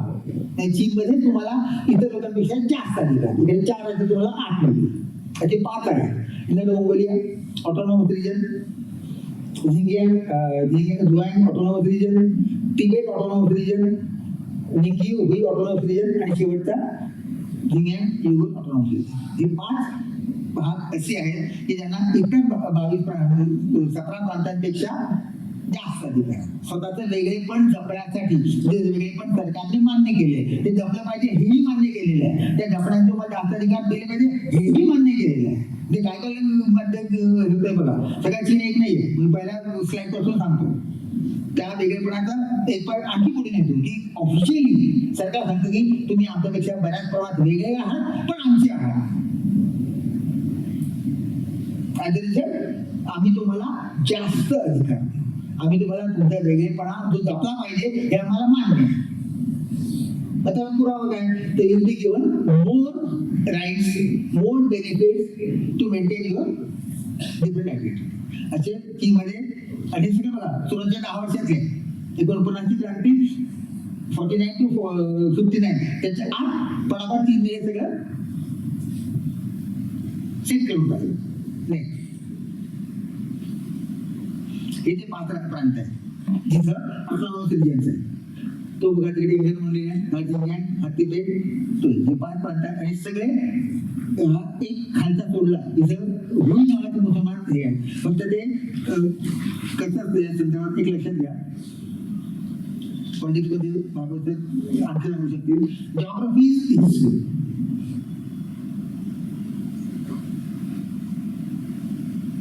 भूगोलाप्रमाणे राजकारण बदलतो. आपण कर्नाटकला बेळगाव कारवार मागतोय कारण ते मागणं शक्य आहे, बडगाव मागत नाही. तिथे पण मराठी भाषिक आहेत. इंदोर मागत नाही, तिथे मराठी भाषिक आहेत. मुलगाव का आपण राजकारण कोणी मूर्ख नसते, अतिशय व्यवहारिक व्यवसायामध्ये राजकारण. म्हणून मला राजकारण आवडतं.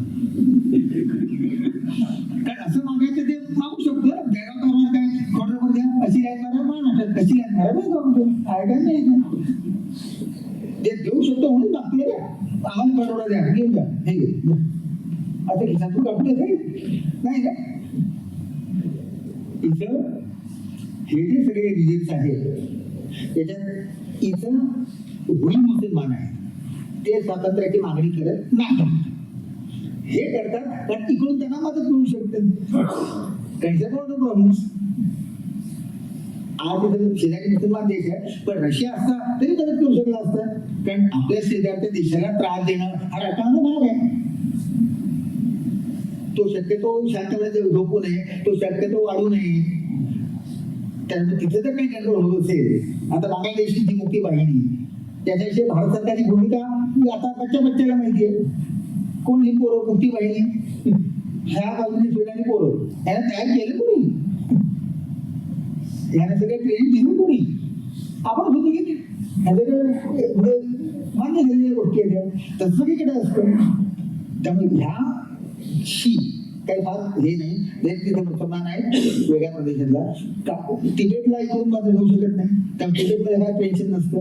म्हणजे फुटीचा आवाज येत आहे, तिबेट स्वतःहून उघडून आम्ही वेगळ्या धर्मात असतो पण त्यांना बाहेर एक्स्ट्रा टेरिटोरियल हेल्प एक गंमत सांगतो. आता नशीब निघालं वेगळा मुद्दा आहे. 47-48 साली कम्युनिस्ट पार्टीने भारतात क्रांती करण्याचा प्रयत्न केला तेलंगण प्रांतामध्ये. स्वातंत्र्य येत होतं आणि कम्युनिस्टांनी विचार केला, त्याच्या लक्षात की इथं ह्या गडबडीमध्ये आपली क्रांती यशस्वी होऊ शकते. ती 2 वर्षात मोगलली. मग आपले नेते डागे रणदिवे स्टॅलिनला भेटायला गेले. त्यांनी सांगितलं आकाशला आपण तेलंगण कुठे मूर्खात का तू अशा आजच्या ठिकाणी क्रांती करतात काय किती केदार करा ना, बाहेर मधून पाठवून जाईल तिथपर्यंत बंधू आणायचे कशा पकडणार नाही का तुमचं सरकार. ते म्हणजे पण बाहेरून समुद्र मागे गेले मग काहीतरी करून तुमच्याकडे मदत पोहोचवता येईल ना. तसं तिबेटमध्ये मदत पोहोचवता येत नाही, it's a land of country. त्यामुळे तिथं तसं फार टेन्शन नाही. टेन्शन आहे सिंगमध्ये हा नका म्हणून ठेवा. पाकिस्तान, ताजिकिस्तान, किर्गिस्तान, कझाकिस्तान 4-5 मुस्लिम देश आहेत. ऑफिशियल मदत करणार नाही, ऑफिशियल कोणीच नाही करत नाही, पण अनऑफिशियली अनौपचारिक प्रकारे खूप काही करता येतं.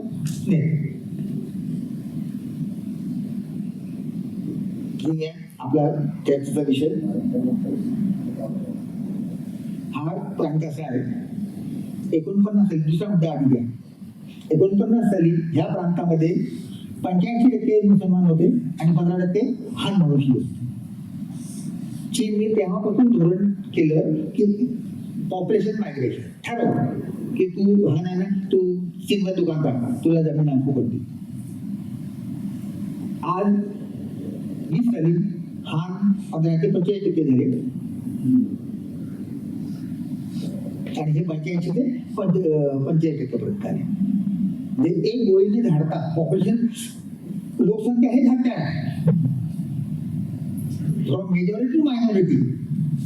हे व्हायला 50 वर्ष लागली. 49 ते 20 70 वर्ष लागली. पण त्या प्रमाणामध्ये तुमचा त्या संस्कृतीवरती देशावरती बघा कंट्रोल कमी होतो. त्याप्रमाणे तुमचं हे कमी होतं.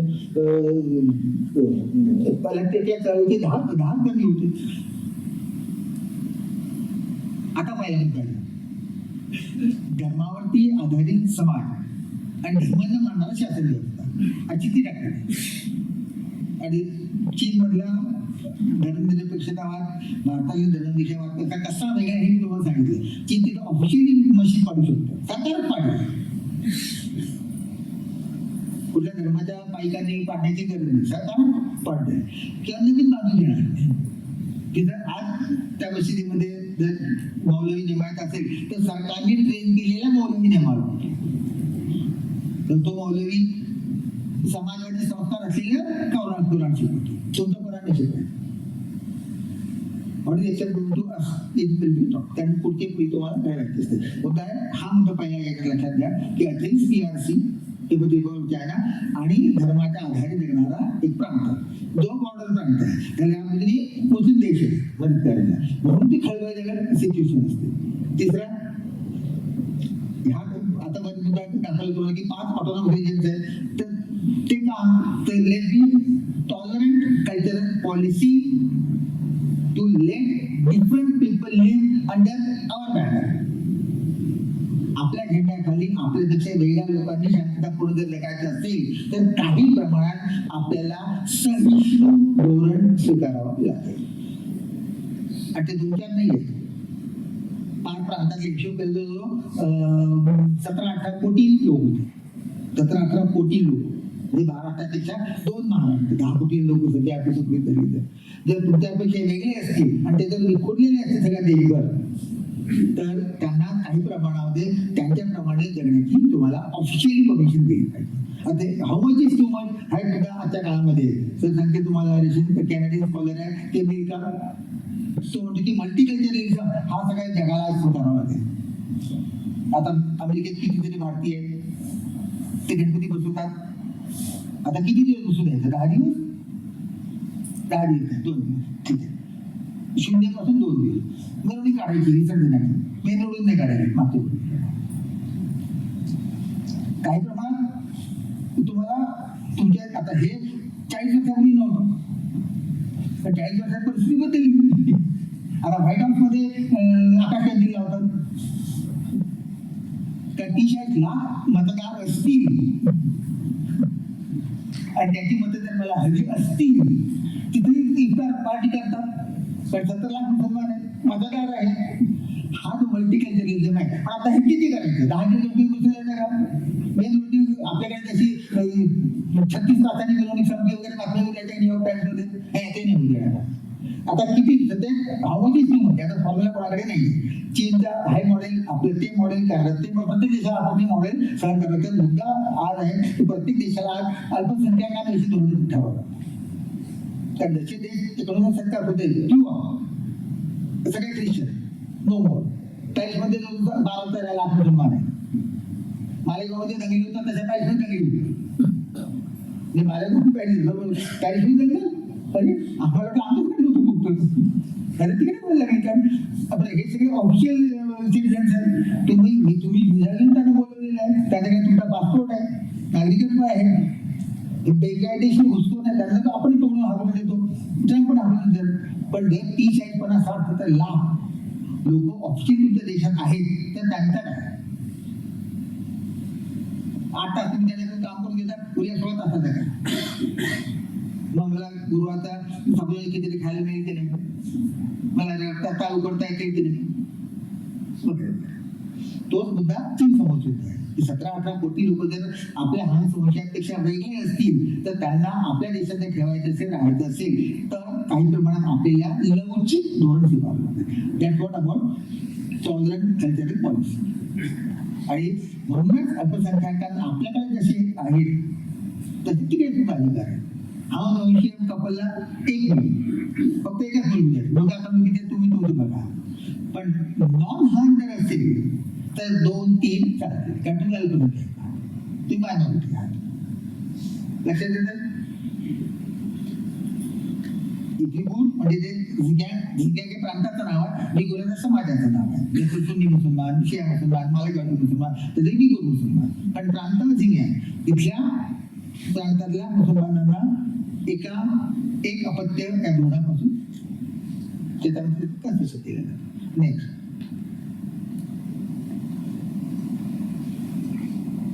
जगभर मूर्त्या प्रश्नावरती काम करणारी संस्था आहे. ईस्ट तुर्कस्तान 33 साली होता 43 साली होता. आम्हाला परत निर्माण करायचा आहे. ईस्ट तुर्कस्तान इस्लामिक मुवमेंट पाकिस्तानमध्ये काम करतात 97 सालापासून. ईस्ट तुर्कस्तान गव्हर्नमेंट इन एक्झाइल तिथे सरकार जसं तिबेटचं सरकार आपल्याकडे धर्मशाळेत आहे तसं त्यांचं सरकार अमेरिकेत काम करते. 21 वर्ष 22 वर्ष 2004 वर्ल्ड युगूर काँग्रेस सगळ्या जगातल्या कामगारांना एकवट तसं सगळ्या जगातल्या लोकांना जर्मनीत काम करतात 2004 22 वर्ष. युगल ह्युमन राईट प्रोजेक्ट अमेरिका हे सगळ्या बॉडी अशा 2-4 सांगितले असे भरपूर आहेत की जे काम हेच करतात की आंतरराष्ट्रीय पातळीवर देशाच्या बाहेर राहून जगाच्या समोर आपल्या होणाऱ्या अत्याचार यांच्या वेबसाईट दिली तुम्हाला लागेल की अमुक अमुक गावामध्ये विगुर मुसलमानाला चहा पिऊ दिला नाही. अमुक अमुक लग्नामध्ये त्याला मुस्लिम पद्धतीने हे करून दिले नाही वगैरे वगैरे. म्हणजे जे काय अन्याय अत्याचार होत असतात गरीब बुद्धी काय प्रमाणात मी तुम्हाला दाखवून केलेले, पण त्या वेबसाईटवर तुम्हाला ते सगळं माहिती मिळू शकते. ह्या सुद्धा संघटना बाहेरून मदत करतात. जसे आपल्याकडे सुद्धा आपल्याला जम्मू काश्मीर त्या संघटनाची भरपूर नावं माहिती, जैश ए मोहम्मद काय वगैरे वगैरे. त्याच्यात हे युगुलचे अवतार आहे. नाही,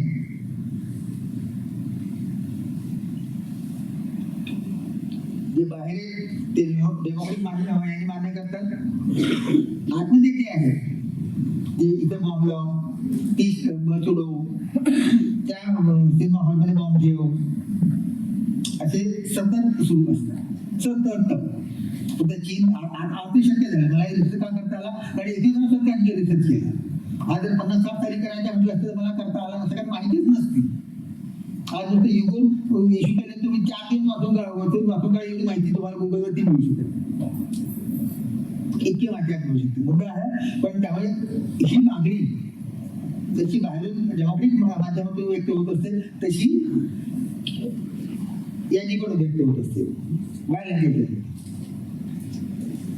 या सगळ्यांमध्ये त्यांचं असं म्हणणं आहे की आमचा धर्म एक नाही, आमची भाषा एक नाही, आमचं खाणं पिणं एक नाही, आम्ही बिर्याणी खाणार लोक, तुम्ही चिकन मॅमो खाणार लोक, आमचे कल्चर वेगळे, तुमचे कपडे बघा, आमचे कपडे बघा, तुम्ही 5 फूट आम्ही 6 फूट, ते कुठल्या प्रकारे आम्ही तुमच्यासारखे नाही. तर अशा अवस्थेमध्ये तुम्ही आम्हाला कशात उत्तर दिले, ते शिवाय नाही. हे त्यांचं मत आहे, माझं नाही. हे लक्षात घ्या. I'm just trying to explain you what their perception is. It's not my perception. तर त्यांचे मागण्या काय आहेत ते आमच्यात तुमच्याकडे काहीही साम्य नाही. अशा अवस्थेमध्ये तुम्ही आम्हाला का म्हणून गुलाम करून ठेवता नाही. हे सगळं 125 वर्ष सुरू.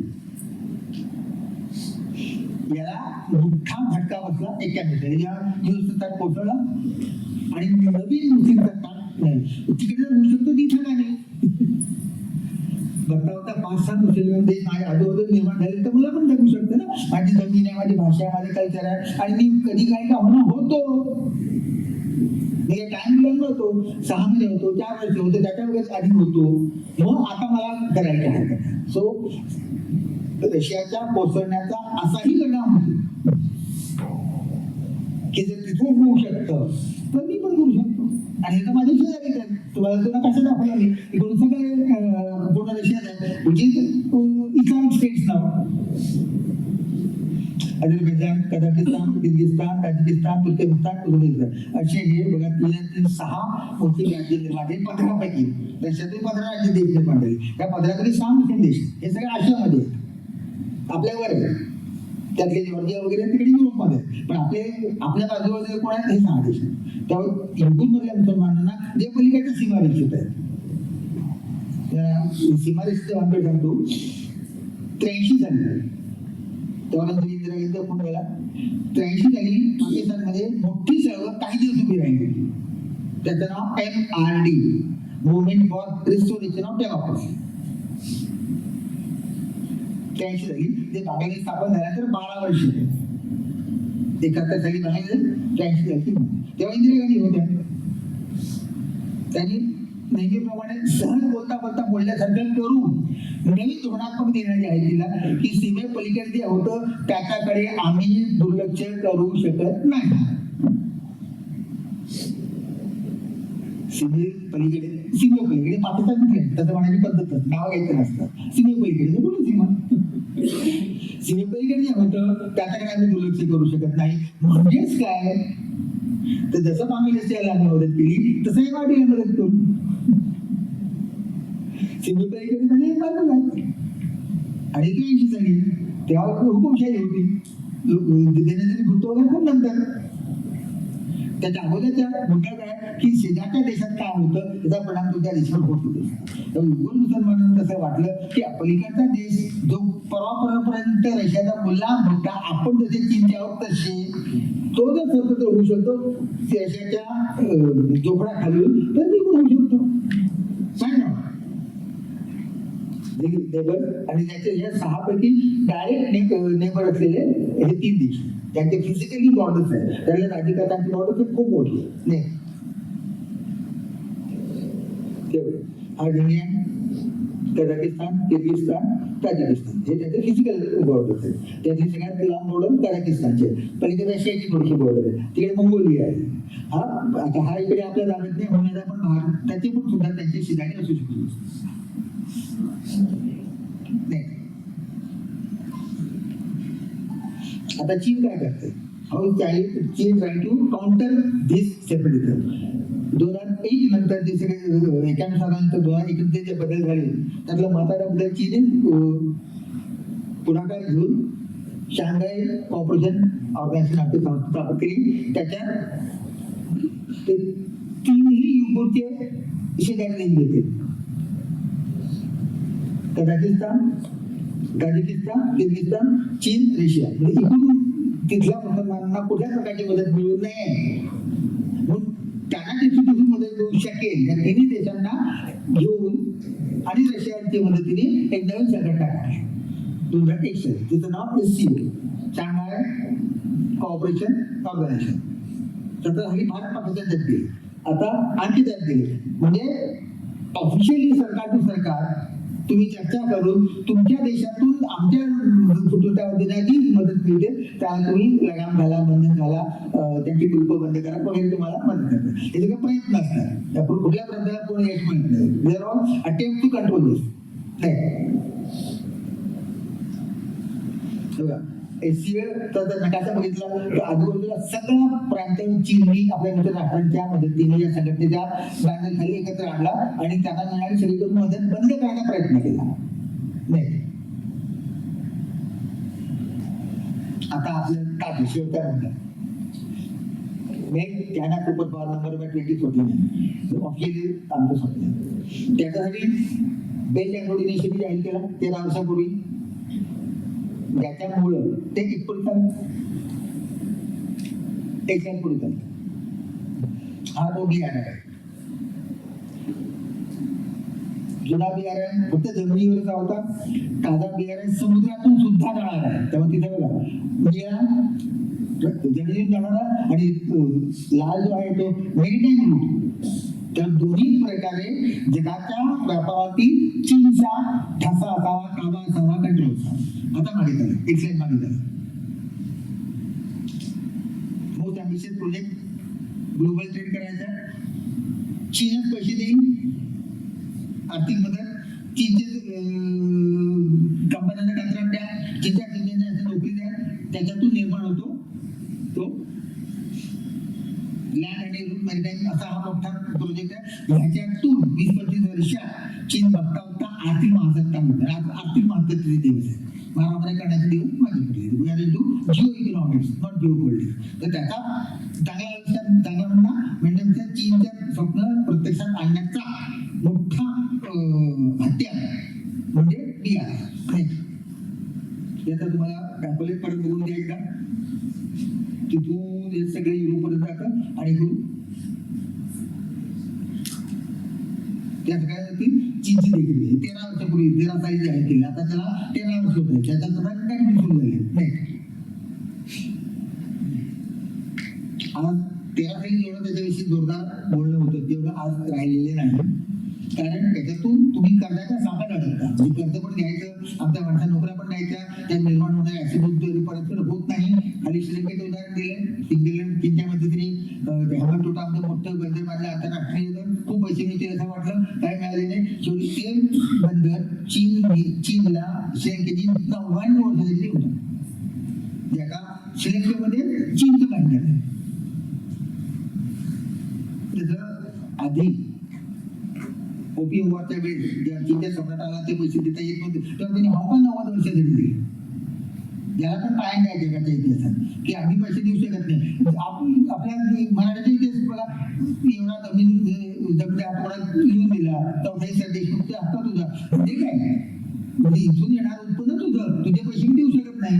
हा माझ्या फ्लॅटचं भाडं तू घे, 100 रुपये या फ्लॅटचं भाडं तुझं, मालकी माझ्याकडे, 100 रुपयांनी मला परत मिळेल. पण तोपर्यंत तुला म्हणजे 100 रुपये जवळ तू मालक आहे. तसं लंकेमध्ये आज एक बंधन अतिशय आवडलं लेटेस्ट याचं, जे श्रीलंकेचं आहे आणि श्रीलंकेचं आहे. आज अशी अवस्था आहे की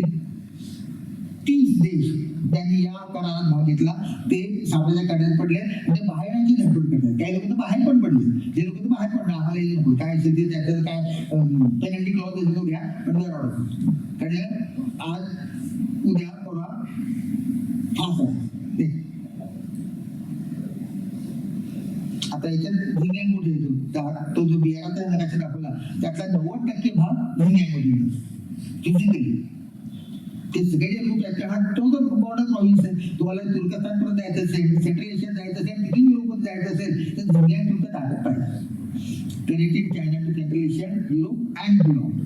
तर हा जर आपण तुम्हाला वाढायचा असेल तर तुम्हाला झिंग्यांग तुमच्या ताकद पाहिजे. काहीही झालं माझं शांतता पाहिजे. मग शांतता करण्यासाठी काय करता येईल, प्रोजेक्ट म्हणा, मोठे रस्ते बनायचे. एक तुम्हाला गरज आहेच आज ना उद्या, त्याच्या मार्फतून एम्प्लॉयमेंट निर्माण करा, तिथल्या लोकांच्या राहणीमानाचा दर्जा उंचवा, त्यांच्यातून अलेखतेची भावना पातळ होईल असा प्रयत्न करूया. तो is essential for China your political reality. China want peaceful Xinjiang at any cost. प्रेमाने राहा, त्याचा मारामारी करून राहायचं आहे. काही कुठल्याही परिस्थितीमध्ये स्वातंत्र्य मिळू शकत नाही. आता इथे काय होते बघा, एका बाजूला हिंदू लोकांची वेगळ्या देशाची मागणी, स्वप्न, त्याच्यासाठी त्यांनी दिलेले समर्थन, भाषा, धर्म, अमुक तमुक इतिहासातून राहतं. आणि चीनचे जागतिक राजकारणातले शत्रू जे बाहेरून प्रत्यक्ष मदत करतात, ते सगळे आपण आपल्याकडे पण बघत असतो. नॉर्थ ईस्ट मध्ये काय वरती काय नाही काय विषय. आता त्यात पडतो इंडिया काही थोडा प्रांत नाही, त्यामुळे वरचा झिंग्यांग, नॉर्थ झिंग्यांग हा फार डेव्हलप्ड कम्पेअर्ड टू साऊथ झिंग्यांग, तो आपल्याकडे आहे. त्याच्यामुळे आता 5-50 वर्षापूर्वी आपला झिंग्यांग जो स्वतंत्र देशाची मागणी करत होता, आता नॉर्थ झिंग्यांग म्हणतो की ठीक आहे राहू द्या, कशाला भांडायचं, वेगळ्या देश तरी काय होणार आहे, राहणीमान उठवल्याचा प्रश्न आहे. कारण तिथं डेव्हलपमेंट पोहोचलेली आहे.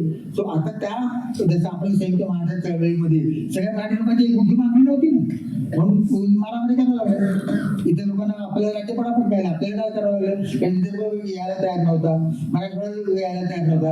संयुक्त महाराष्ट्र आहे ना तो, नुसतं महाराष्ट्र नाही, तो घडावा लागला आपल्याला. कारण काही लोकांना जी नाखुशी होती त्या यायला तयार नव्हती. तसे आता ही नवीन भावना चीनने यशस्वीपणे निर्माण केली एका मोठ्या तुकड्यामध्ये जमिनीच्या, की इथे राहण्यात आपला फायदा आहे. मग आपण काय सांगतो, north south no common goal in more, now demand more autonomy. आम्हाला आणखीच राहायचं द्या, ते ठीक आहे. उसके बाद नेक्स्ट इयर आपल्या कश्मीरच्या संदर्भात ऑटोनॉमीच्या स्टाईल वेगळ्या देशचा मुद्दा चर्चेला घेत, बाकी तुम्ही ऑटोनॉमीच्या बातमी होती की हे देऊ, ठीक आहे देऊ, विचार करताय असं काहीतरी चर्चा लागला. देश वेगळा म्हणजे त्यांची चर्चा असते, ती भूमिका चीनची. हे काही त्यांचं वेगळा देश देणार नाही, तुम्ही ऑटोनॉमीच्या स्तरावर चर्चा करा. तुम्ही सांगा नाही, तुम्हाला तुमच्या भाषेच्या शाळा पाहिजे दिल्या, तुम्हाला अमुक पाहिजे दिली, तुम्हाला तुमच्या खाद्यपदार्थाचे 10 रुपये पाहिजे दिले. हे सगळं याची चर्चा होऊ शकते. पण आम्हाला वेगळा देश पाहिजे कुठे, इथे चर्चा. दिस इज नॉट नेगोशिएबल. पण आता तिथं सगळे इंटरसेक्ट केलेले आहेत. 5-10 वर्षापूर्वी कदाचित म्हणूयात, कदाचित होऊ शकले असतं, ते आता बिहार शक्य नाही.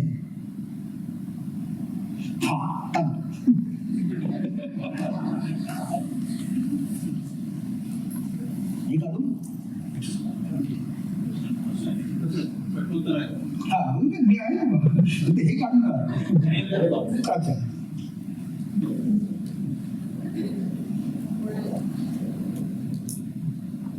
कोणाला प्रश्नोत्तर आपण घेणार आहोत, कोणाला विचारायचे असतील तर सर. वेळ झाले का मॅडम, वेळ झाले.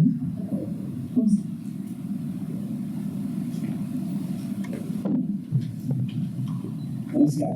खूप छान विवेचन झालं सर. बऱ्याच गोष्टी कधी कधी माहिती नव्हत्या, आपल्याला कधी माहिती पडल्या नसत्या, तुमच्या अभ्यासाने माहिती पडल्या. आता त्या प्रांतामध्ये मुस्लिम पॉप्युलेशन एवढं जास्त होतं, जवळजवळ 85%. तर ते कसे सक्सेसफुली त्यांना डायव्हर्स करू शकले. आणि जसं पॅरिसमध्ये होत आहे, इंग्लंडमध्ये होत आहे, न्यूयॉर्कमध्ये होत आहे, तसं तिथं का होऊ शकलं नाही.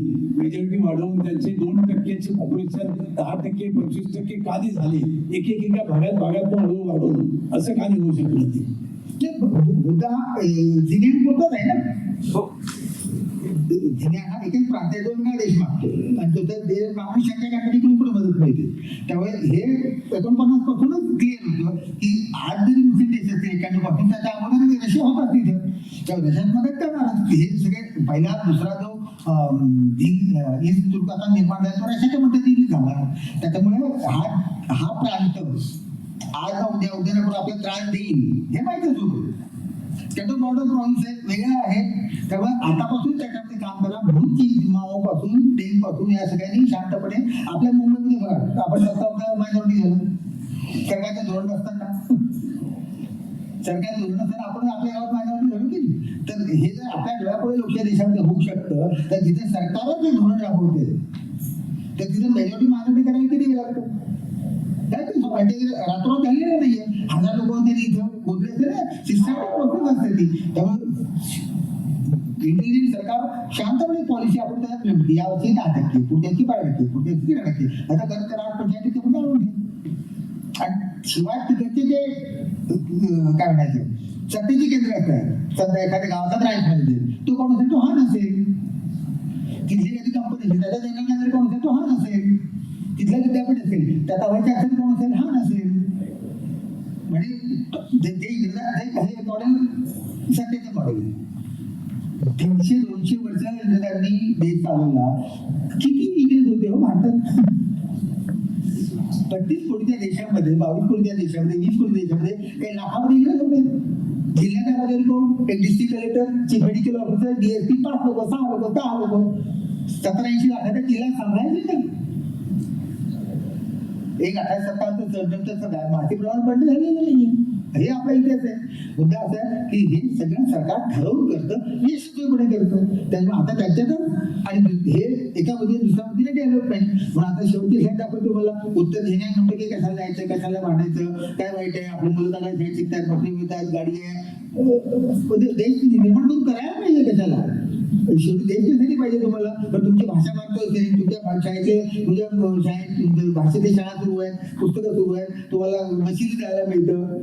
फक्त सुरुत्यामध्ये शिकवून ठेवून देणार नाही एवढं नक्की. तो कुठल्या देशमध्ये चीन विषयी वेगवेगळ्या त्याची सहानुभूती असल्याला की आज चीन जातात तर आपण चुकव का? लढ्यांना जर असा पाठबळ कोणी बाहेर द्यायला लागेल ते मागे झाले तर जगाच्या नकाशा असंच बदलू शकतो. त्याच्यापेक्षा आज चीनमध्ये ते बोलू नये आणि काय असं एक धोरण आहे. झिंझान प्रांताच्या आजूबाजूचे जे देश होते त्यांना एकत्र घेऊन चीनने शांघाय कॉपरेशन ऑर्गनायझेशनची स्थापना केली. 2017 मध्ये त्याच्यात भारत आणि पाकिस्तानचा समावेश झाला. 2024 मध्ये इराणचा समावेश झालाय.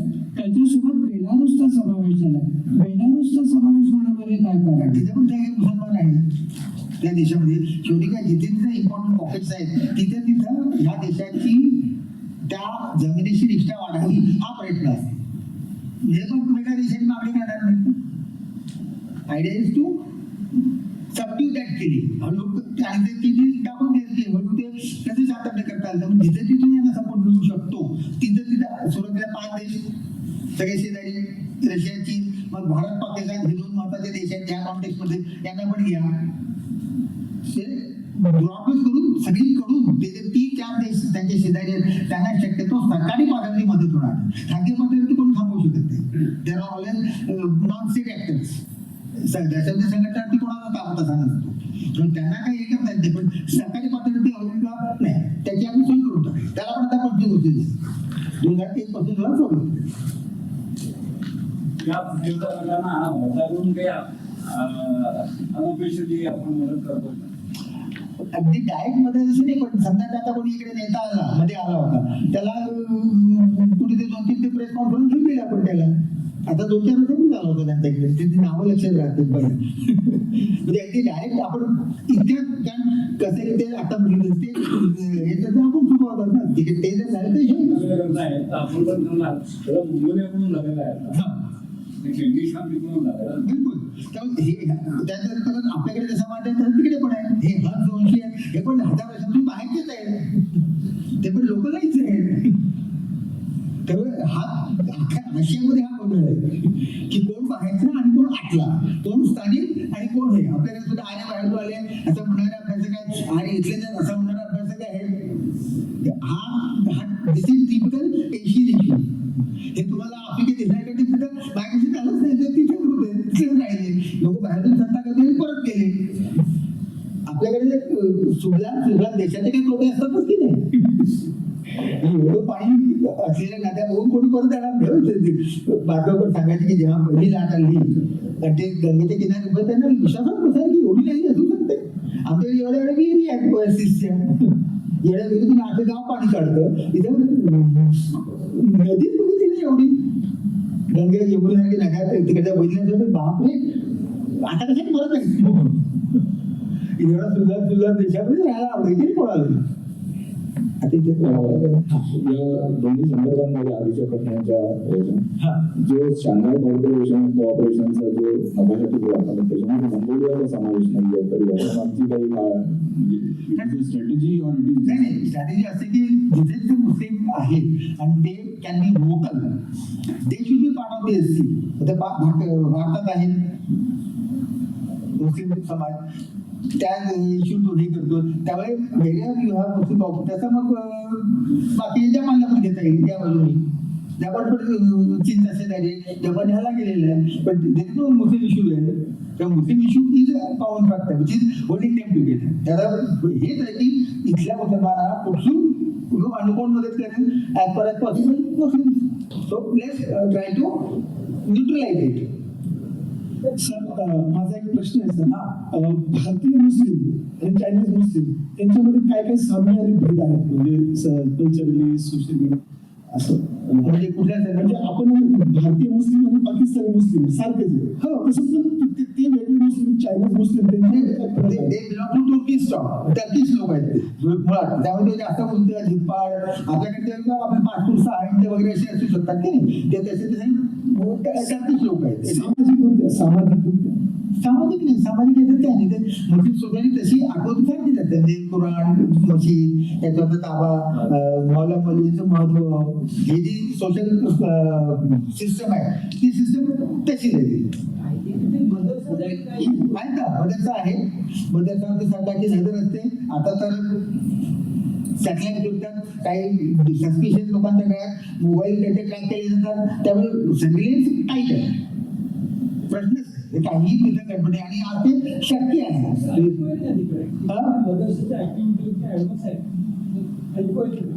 ऐकून म्हणजे आता कसं आहे की आपल्या मीडियाला त्याची बातम्या येतात, बातम्या आहेत, पण त्याच्यात तुम्ही छापायचे की तुमचं तुम्ही रेडिओ सांगू ठरवेल ना. मी समजा एका लिडिंग एडिटर आहे, 10 बातम्या आल्या चीनच्या बीजिंगची बातमी छापेल ती, पण तिथल्या झिंजियांग प्रॉव्हिन्स आणि झिंजियांग प्रॉव्हिन्स कुठे आहेत मला माहिती. मला माहिती तर माझ्या वाचल्यानं कसं माहिती असेल, पण आवडते ही बातमी. त्यामुळे त्या बातम्या आपल्याकडे येत नाही तसं नाही, फक्त त्या छाप्या काय ऍक्टिव्हिटी आहेत ना. आणि शिवाय ग्लोबल न्यूज एजन्सी तुम्हाला फीड करतात ना. तुमचा PTI युनियन आहे तिथं, पण API असतं, रॉयटर्स असतं, त्यांचे तर लिंक केले ना. त्या तुम्ही गुगल करून बघा, गाडी 50 एक वाचायला मिळतील या 8 दिवसातली. गुगलमध्ये काय झालं बघा. तर म्हणजे जगाचं लक्ष आहे, जगाचं माध्यमांचं लक्ष असतं. आपल्याकडे अजून आपल्याला मालेगावविषयी जास्त महत्वाचं असतं. मुंबईचं महापौर कोण झालं याचं आपल्याला असतं, आणि तिथे काहीच लोक नाही आहे. त्यामुळे आता युरोपमध्ये बॉम्ब झाला ही बातमी टाकायची, का कल्याण स्टेशनची बॉम्ब झाला ही बातमी टाकायची, असा जर चॉईस असेल तर ऑब्व्हियसली कल्याणची बातमी टेक द प्रायोरिटी ना. कोण कुठे उरून पुढे माहिती नाही, त्यात तरी सुद्धा विचार घडी येत नाही. तिथल्या बॉम्बस्फोटमध्ये 20 लोक मेले, त्याचा माझा काही संबंध नाही. ते महत्वाचं समजायचं नाही काय कल्याणला झाले त्याचा भाऊ असतो, तो मित्र असतो, तो मित्र एवढे दिसू असतात. सो आपल्याकडे त्या भाषिक वृत्तपत्रांच्या त्या मारायला असतात. इंग्लिश पेपरमध्ये टाकल्यात म्हणून तुम्हाला कळलं ना. मी टाइम्स ऑफ इंडिया रोज वाचता मिळवले चिन्ह मुसलमान आहे, मग कळलं की 2 कोटी आहे, मग कळलं की त्याचं भांडण आहे. अरे हा विषय घेतला म्हणजे आपण माझा एक प्रश्न आहे. भारतीय घटनेचा गैरफायदा घेऊन गजवाये हिंद किंवा गजवायेच्या शक्य आहे का? नाही, मला एक प्रश्न समजले. भारतीय घटनेचा कसा गैरफायदा घेऊन जर धर्म प्रसाराचं काम चालू आहे, पंजाब गेला, केरला चाललेला आहे, किंवा नॉर्थ ईस्ट गेलं जर गजवा हिंदचे सुद्धा बातम्या ऐकतो आपण हा.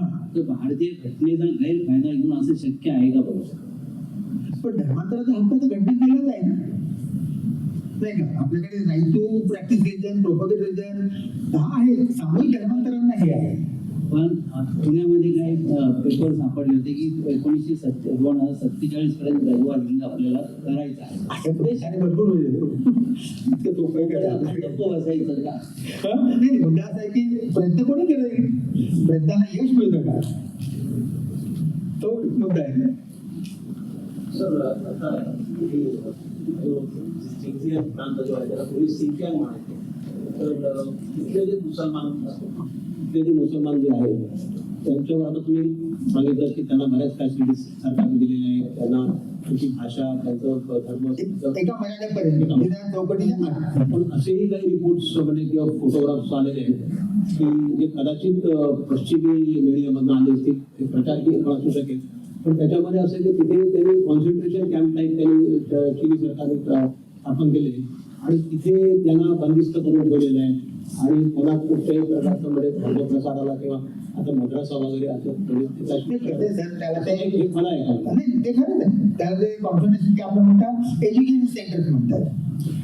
एज्युकेशन सेंटर हे काय म्हणतात, वाममार्गाला लागलेले देशभक्त आहेत, त्यांचं शिक्षण करून त्यांना आपण सुमारणार म्हणजे एज्युकेशन सेंटर्स. मुद्दा तोच असतो की तुमच्या मनामध्ये ज्या अलगतेची भावना आहे ती काढून टाकण्याचे आम्ही प्रयत्न करू.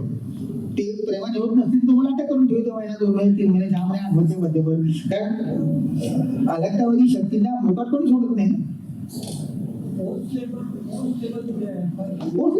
तर त्याच्यामुळे चीन पुढे जातो. चीनच्या भारताच्या तुलनेतला पहिला काउंटर आमचा हाच असतो की तिकडे डेमोक्रेसी आहे का, नाही, प्रश्नच कुठला. तिकडे कामाचे तास, कामगार कायदे असं काही नाही. सरकार 12 तास 12, 14 तास.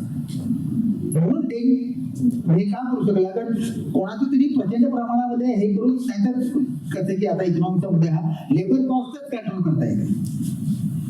ही बाटली 10 रुपयाला विकताना त्याच्यात 3 रुपयाचं लेबर कॉस्ट असेल तर 3 ची 2.5 करू शकतो, 2.5 3 करू शकतो, त्या प्रमाणाचा फायदा होतो. बाकी प्लास्टिक व्यापार काय करता एखादे कोणातरी द्यावं लागतं, पायाचं काय करता एखादे कोणातरी, हे सगळं विकत घ्यावं लागतं. मी कोणाला पैसे देतो काम करायला लागणार, ते कंट्रोल करता येतं, ते कमी करता येतं. त्याच रेंजने केलं. स्पेशल इकॉनॉमिक झोन म्हणजे काय, इतर हे 100 लोक यांना आम्ही म्हणून सकाळी 6 वाजता रात्री 10 वाजता एवढं पगार काय एवढं जोडून बस त्याच्या असं माझा होऊ शकत नाही. तुम्ही आज तर उद्या इंडियन एक्सप्रेस पोहोचते आणि न्यूज ब्रेक करेल, योगेंद्र यादव तिथे जाईल. आपल्याकडे व्हायब्रंट मीडिया. आता हा तोटा आहे की फायदा आहे हे ठरवायचं. एक पक्षी हुकुमशाही म्हटलं ना, हुकुमशाही नाही ती, it's a dictatorship of one party because it does not allow any other party to grow. दुसऱ्या पक्षाला आम्ही विचार येऊ देणार नाही, हा आपल्या धोरणाचाच भाग आहे. हे काय फक्त चीन करत नाही, रशियामध्ये पण तेच होतं. ऑनली सोशल युनियनचे कम्युनिस्ट पार्टी. आज क्युबामध्येच असेल, जिथे जे मार्क्सिस्ट सत्ता असतात तिथं there is no room for inter party politics. Communist पक्ष सत्तेत असते, त्याच्यामध्ये वाईट होऊ शकतात. ट्रॉटस्की मध्ये झाले, लिनिन स्टॅलिनमध्ये झाले, माओ स्टॅलिनमध्ये झाले, हा तपशिलाचा भाग आहे. पण कम्युनिस्ट पार्टीच्या सत्तेला आव्हान द्यायचं नाही. हा याच्याविषयी काय इतर मुस्लिम देश का मदत करत नाही, करत असतील ना कोणाला आता यांनी सांगितलं एवढा कंट्रोल असून सुद्धा ती चळवळ मरत नाही. विचार करा की एवढं मोठं चीन सरकार, एवढी टेक्नॉलॉजी आहे, एवढे एज्युकेशन सेंटर आहे, तरी ती चळवळ पूर्णपणे मरत नाही, गेलेली नाही. आता आज तोवर मी एवढं तुम्हाला तपशील सांगू शकलो नसतो पाहिजे. याचा अर्थ ह्या सगळ्यांच्या पलीकडे सुद्धा ती भाव हे खूप आहे. सरकार ते प्रयत्न सुरू असतात हे आपल्या हे करतात. आता आपण शेवटचा प्रश्न घ्यायचा आहे. 2 प्रश्न पटकन विचारतो. तुम्ही या प्रश्नाच्या संदर्भात म्हणालात की तिकडचे काही नेते आले आणि त्यांना आपण कॉन्फरन्स घेऊन दिली, म्हणजे भारताचा छुपा पाठिंबा आहे असं म्हणायचा का काही वेगळे आहे? भारत सरकारचं धोरण नाही सांगू शकणार.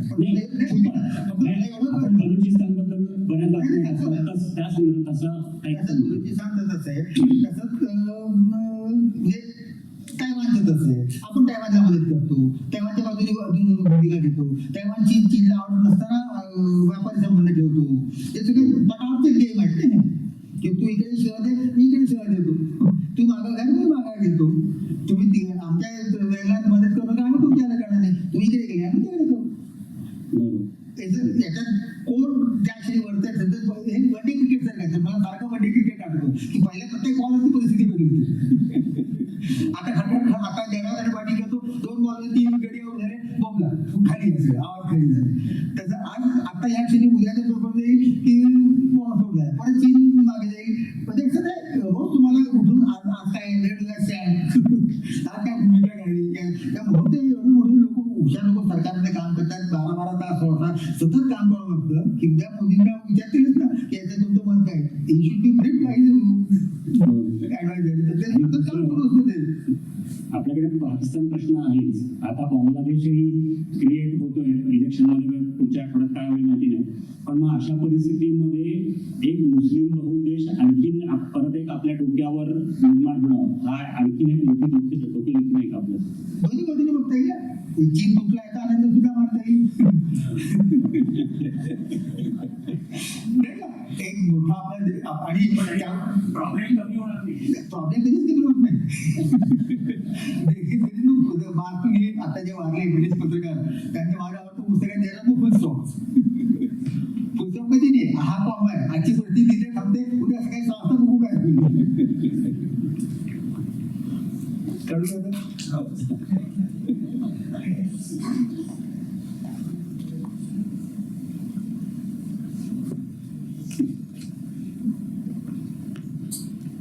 धन्यवाद. आजचा कार्यक्रम विषयी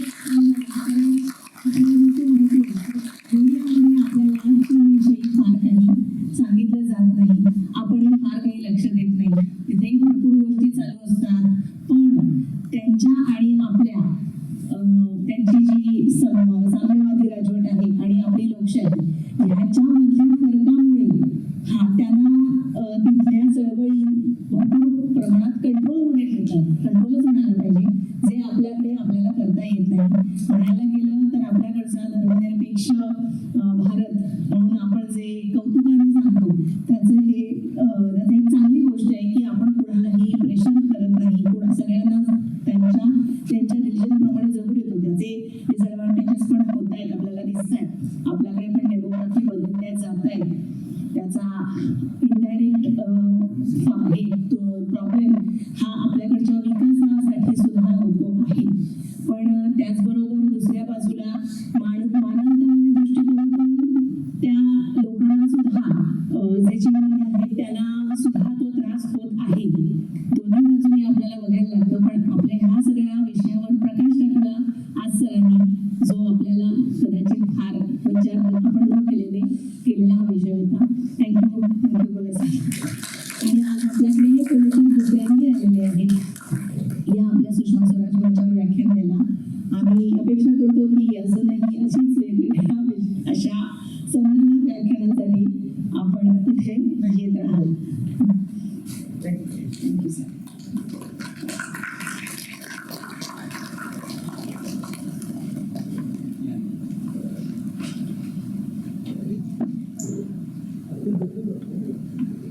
आजचा कार्यक्रम आता सांगतेकडे येत आहे. त्यातलं एक महत्वाचं काम सामान्य प्रदर्शनाचं ते आम्ही आता करतोय की आपल्या कार्यक्रमासाठी जागा उपलब्ध करून दिल्याबद्दल अटल स्मृती उद्यानाचे व्यवस्थापक आणि कर्मचारी यांचे खूप खूप आभार. लोकनिर्धारचे श्री कामत काका यांनी रेकॉर्डिंगसाठी त्यामध्ये नेहमीच मदत करतात, त्यांचेही खूप खूप आभार. तुम्हा सर्व श्रोत्यांमुळे हा कार्यक्रम नेहमीच यशस्वी होतो, त्यामुळे तुम्हा सर्वांचे पण खूप खूप आभार. अजून एक अपील म्हणजे असेच उत्तमोत्तम कार्यक्रम आम्ही करण्याचा प्रयत्न करतो आहोत, पण त्यासाठी आपल्या सर्वांच्या सक्रिय सहभागाची आम्हाला अपेक्षा आहे, फिजिकल फायनान्शियल सगळ्याच प्रकारे. तर त्यासाठी आम्ही तुम्हाला दरवेळेलाच आवाहन करतो. तर ते सहकार्य पण तुमच्याकडून जर झालं तर असेच उत्तमोत्तम वक्ते आपण नेहमीच आणू शकू. तर त्यासाठी तुम्ही आम्हाला आर्थिक मदत द्यायची असेल तर चारकोप कल्चरल अँड स्पोर्ट्स फाउंडेशनच्या नावाने तुम्ही चेक देऊ शकता. पुढचं जे आपलं व्याख्यान आहे त्याबद्दलही सांगते. पुढचं व्याख्यान आहे प्राध्यापक देवयानी गणपुले. त्या आपल्याकडे त्या गेल्या वेळच्या कार्यक्रमाला अध्यक्ष म्हणून आलेल्या आणि त्यांनी हा जो प्रतिसाद बघितला सगळ्यांचा त्याच्यावरून त्यांनी व्याख्यानाला यायचं मान्य केलेलं आहे. त्या 8 मार्च रोजी ते आपल्या इथे व्याख्यान देणार आहेत. विषय आहे चीन मावळती आर्थिक महासत्ता. हा, तर त्या दिवशी महिला दिन आहे आणि आपल्याकडे वक्त्या म्हणून आपण गणपुले मॅडमना बोलवणार आहोत. कार्यक्रमाची आपण आता सांगता करणार आहोत. नेहमीसारखीच विश्व प्रार्थनेने आपण कार्यक्रमाची सांगता करणार आहोत.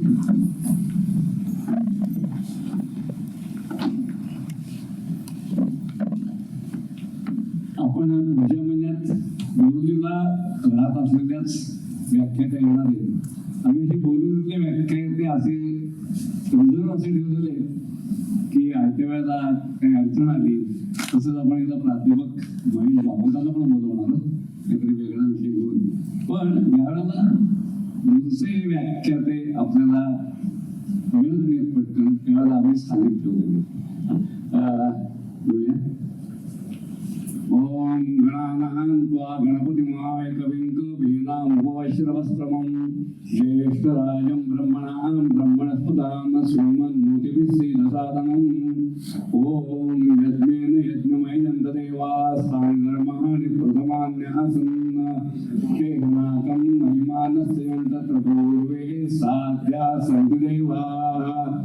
ओम राजाधिराजाय प्रसन्न सायिने नमो वयं वै श्रवणाय गुरवे समे कामान् कामकामाय मयं कामेश्वरो वै श्रवणो ददातु कुबेराय वै श्रवणाय महाराजाय नमः. ओम स्वस्ति राज्यं भोज्यं स्वराज्यं वैराज्यं परमेशं राज्यं महाराज्यमाभिपत्मयं समुद्रपर्यन्ताया एकराणि तदप्येष श्लोको विदितो मरुदपरिवेष्टावो मरुतस्यावसन्धे आवीक्षितस्य कामप्रे विश्वे देवा सवासद इति. भारत माता की जय.